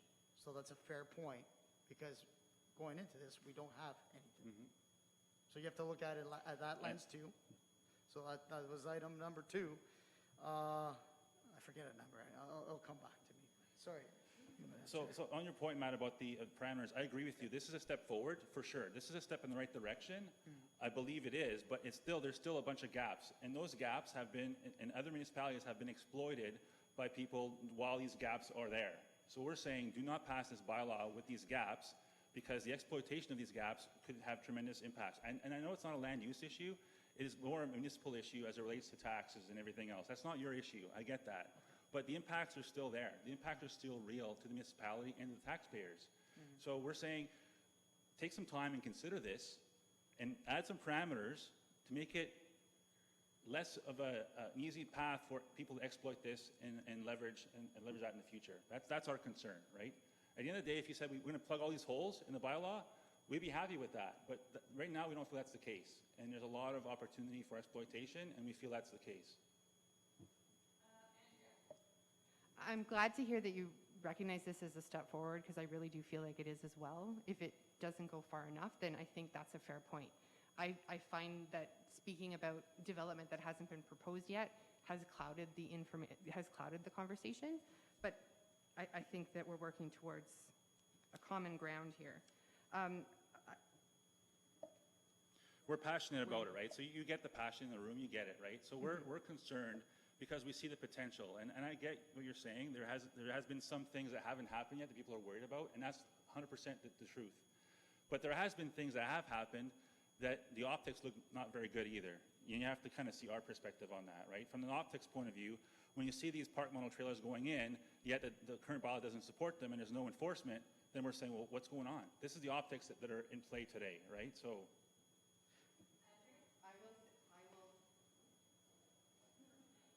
I'll beat you to it. So through you, Madam Chair, with optics, at the end of the day, my office is in Warren. I can give you my card, my information, anybody. Matt, we've spoken many times, Matt. Oh, sorry, I deal with so many people, but I'm just saying, just a general comment about optics, because that's where everything starts. It's about optics. So I'm a wealth of information I can provide to anybody. So at the end of the day, you can give me a call or request a meeting or communicate with me at any point in time if you need information to clarify. I've spent 3 years looking at this, even before this. But it's all about optics. You're right, but I'm just saying from optics. I agree with you, Matt. I'm saying the optics from the Trout Lakers perspective doesn't look great when there's things that seem to be happening. This is not. I'm not calling anybody out here. I'm just saying this is the reality of the feelings that we have. Right? There's things that have happened that feel like they haven't been addressed in an appropriate fashion because it seems like there's operation outside the current bylaw. That's the optics. That's the feelings that are coming to the table today from all these people that are frustrated with the process. And I know this is a long-term project. You have to work through this process to get a bylaw in place, but there's still work to do. That's what we're saying. There's still work to do, and we don't want you to jump the gun and pass this bylaw without taking those other considerations into account. Thank you, sir. Andrea, I think you had a comment, and then I'm going to turn it over to the councillor. Oh. yeah, I'm going to allow one more question, and then I'm turning it to the counselors. No, sorry, Doug. I'm glad you brought up optics, because that was my question before they spoke, but in the optics, the clear sum now, has everything that's been going on at Happy Landing or Happy Summer Village passed every permit and everything else so far? Has everything been cleared through, like with permits and visitations? Because that'll clear a lot of optics. I'll just speak to land use, because it starts with land use. No, No, but no, we're going to talk. MOE, We're going to talk about optics, Okay. and this is a fact. And then this, I know this. The answer is going to go to Andrea about building code. I have no experience in that. But from a land use perspective, the fact is there's a legal non-conforming status to that site. Correct. I'll leave that as that. Okay, so just overall, MOE, MNR, has everything been passed to continue with the trailers that are put there currently? Has everything been? Thank you. please? So with the, go ahead. Through you, your chair. So with the current zoning bylaw as it stands, and with past handling of trailers, anything being on wheels doesn't typically require a building permit. Yes, everything has been covered. But it has gone beyond that in the dealings that I've had with the elephant in the room, in that we are sitting down and working on a site plan control. I have come to check out setbacks for the trailers that are in place. Okay. There have been building permits issued for anything that has been demolished, and the current system that's in place has all the approvals to handle the capacity. Okay, thanks. Because if we're clearing optics, that's a lot of it. Mm-hmm. And we don't know where the MNR and the MOE stand on this right now. What the optics that are there from the discussions about landing turtles and fish and flow downriver to Bear Lake and to Dokees, what impact? We still don't have optics on what's occurred with that. And I know you can't answer that because you're not there. Yeah, and this is not before us today. No, but And it's before so- us as a vote I know, to pass I this. know. But in proposing this amendment to the trailer bylaw, MOE was informed, MNRF was informed. So they've had a chance to look at all of this, and they came back with no objections. They came back with no objections to. No, because part of Matt's job as a I planner can't put is- a driveway, a culvert across Bland. That's not before us, I know, but that's not before us So if they've come forward today. with no comment, why is that not a comment? All I ask is, these are glaringly optics that we all see. I know, And but we don't have sir, the answers sir, to that, and that's with all all I'm due asking, and I respect, with know, and I all due appreciate- respect, we have an amendment to a bylaw to work on. If there are problems with somebody doing not the right thing and not getting the right permit, Andrea Trini is there, and if somebody is not following the bylaws or the laws in place, she will investigate it. Okay, so overall. Okay, and she's been doing a lot of work with regards to this. So, but before us tonight is an amendment only to, well, there are two things. The amendment to include park model trailers into the trailer bylaw, that is the second thing that is, or the travel trailer licensing bylaw.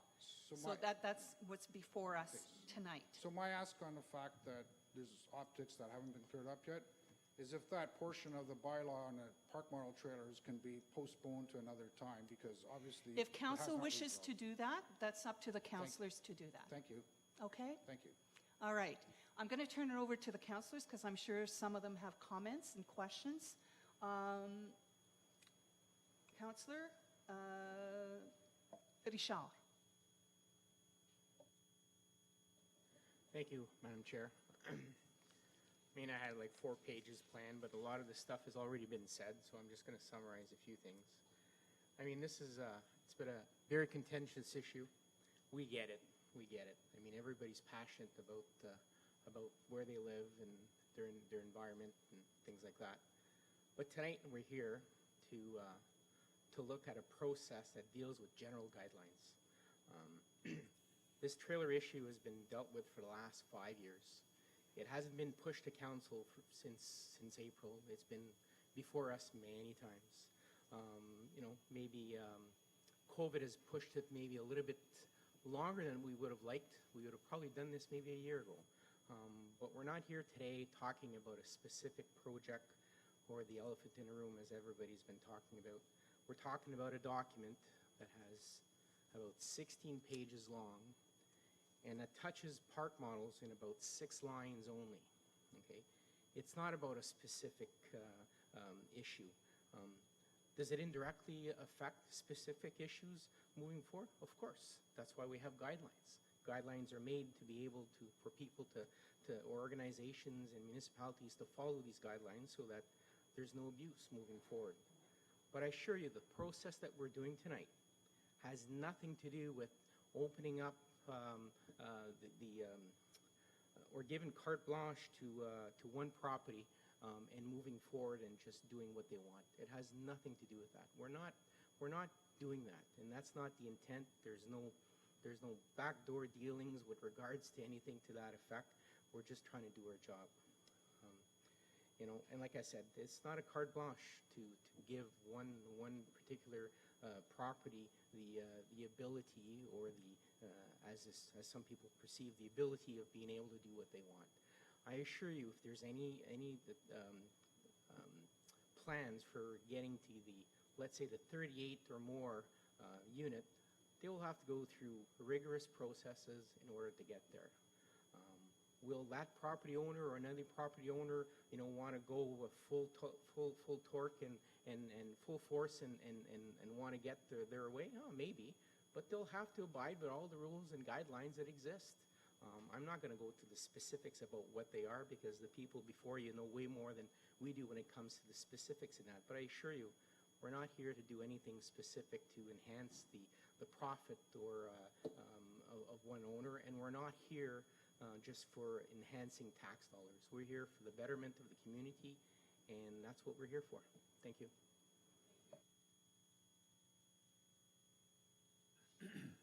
Madam Mayor, I have made some notes, but I'd like to start out by saying that it's been a really interesting, really fascinating subject that we're on tonight. The reality is, at council, we're just looking at passing a bylaw. Looking at passing a bylaw that we've looked at and studied and circulated to the public for, as Richard just said, for 5 years now. But I've found some kind of interesting sidelights to all of what I've heard tonight, and I've made a couple of notes about it, and it goes sort of like this. We're looking at regulating travel trailers in a bylaw. The concern here tonight is the development of a tourist business using park model trailers. I understand the concerns of all regarding park model trailers and their use at Happy Landing or any other commercial operation. However, what is the difference between park model trailers and cabins of a similar size as far as usage is concerned? Rented by the owners, such as in the past, or by Airbnb these days, I'm concerned that we are talking about not having any commercial operations, i.e. tourist camps, lodges, etc. Maybe we need a bylaw that controls the kind of development we shall have in our tourism sector, because that's the only way I can see that we could address the issues that you're raising tonight on a site-specific area.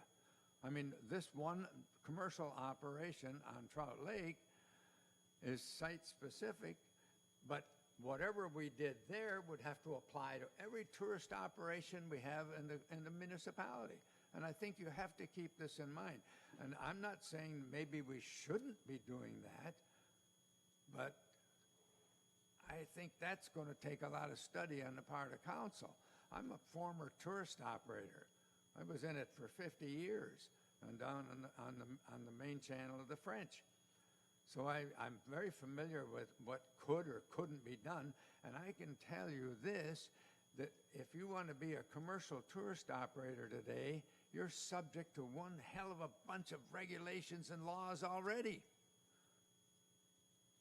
I'll leave it at that. Thank you. I have Councillor Dave and Councillor Randy next. Thank you, Madam Mayor, through you. I just want to address one thing that really struck out to me from Devin, the owner of Silvery Moon Lodge, about the Airbnbs.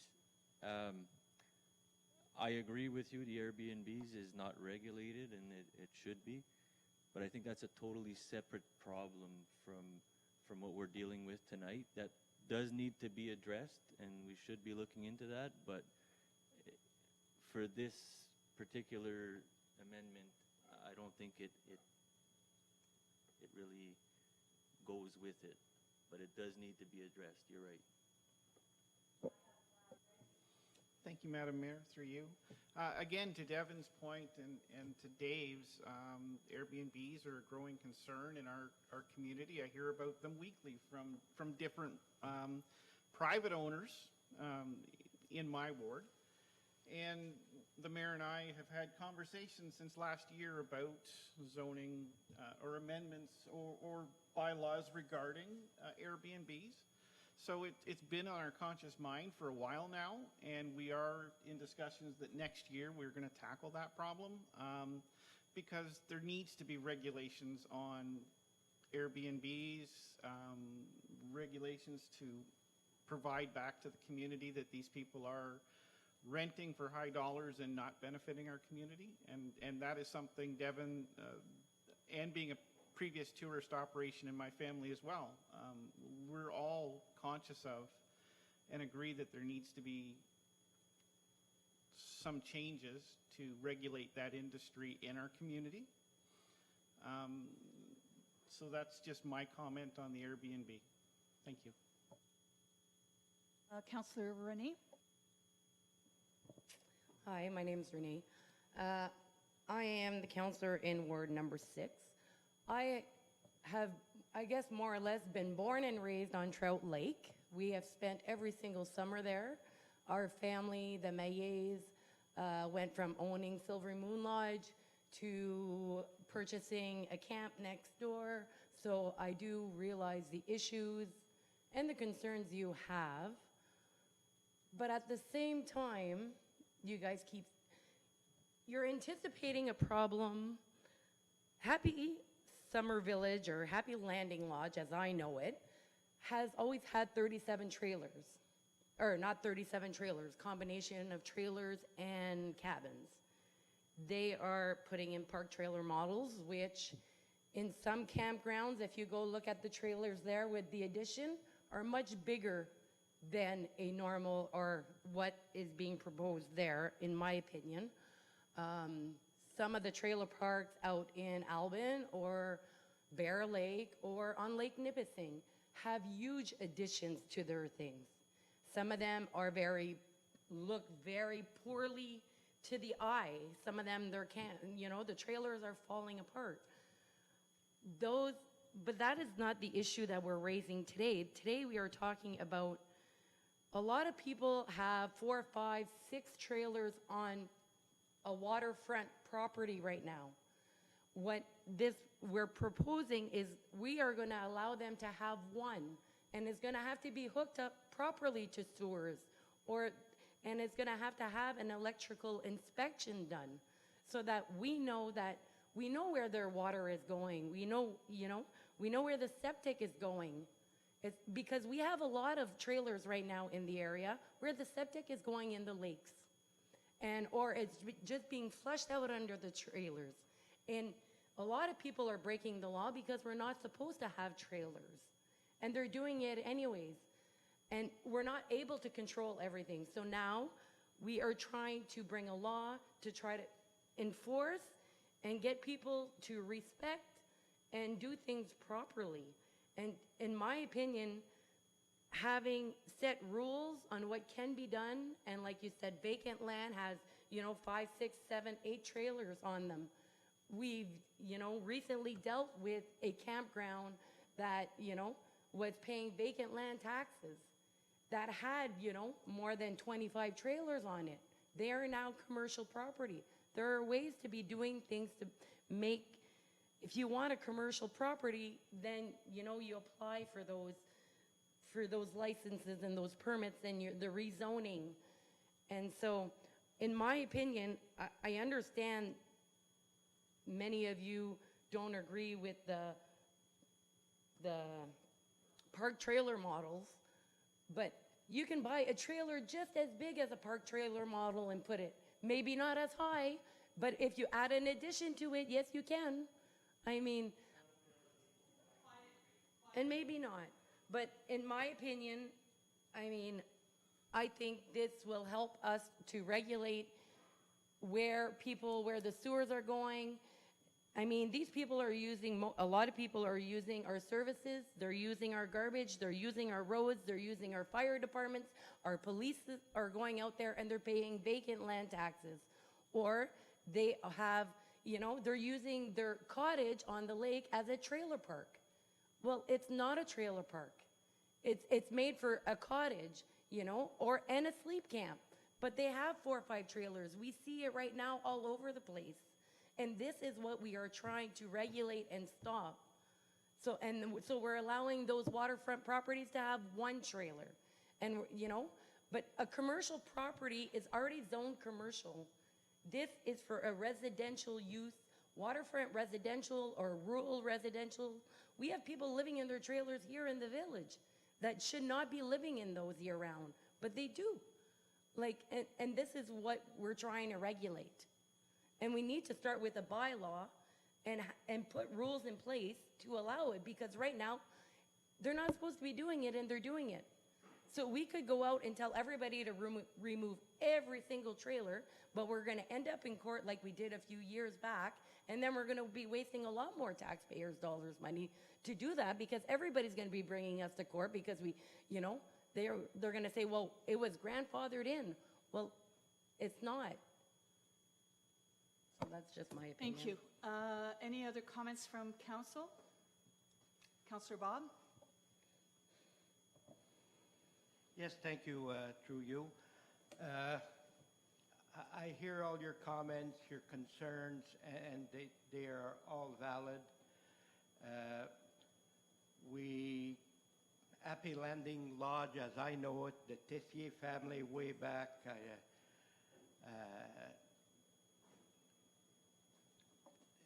they made a living there. I'm sure a lot of you have been there as long as the Tessiers, and you hold your lake dear. As it was mentioned, we cannot make decisions on what will happen tomorrow, what will this lodge owner, and I'll call it a lodge, will want to do, will he apply for, same as a private resident. What if you apply to do something on your own property? We need rules, we need to be able to give guidance to staff. Staff has worked for a long time to present us with a plan. It might not be perfect, but that could be changed in the future. We have to start somewhere. We have to try and protect the whole of the municipality.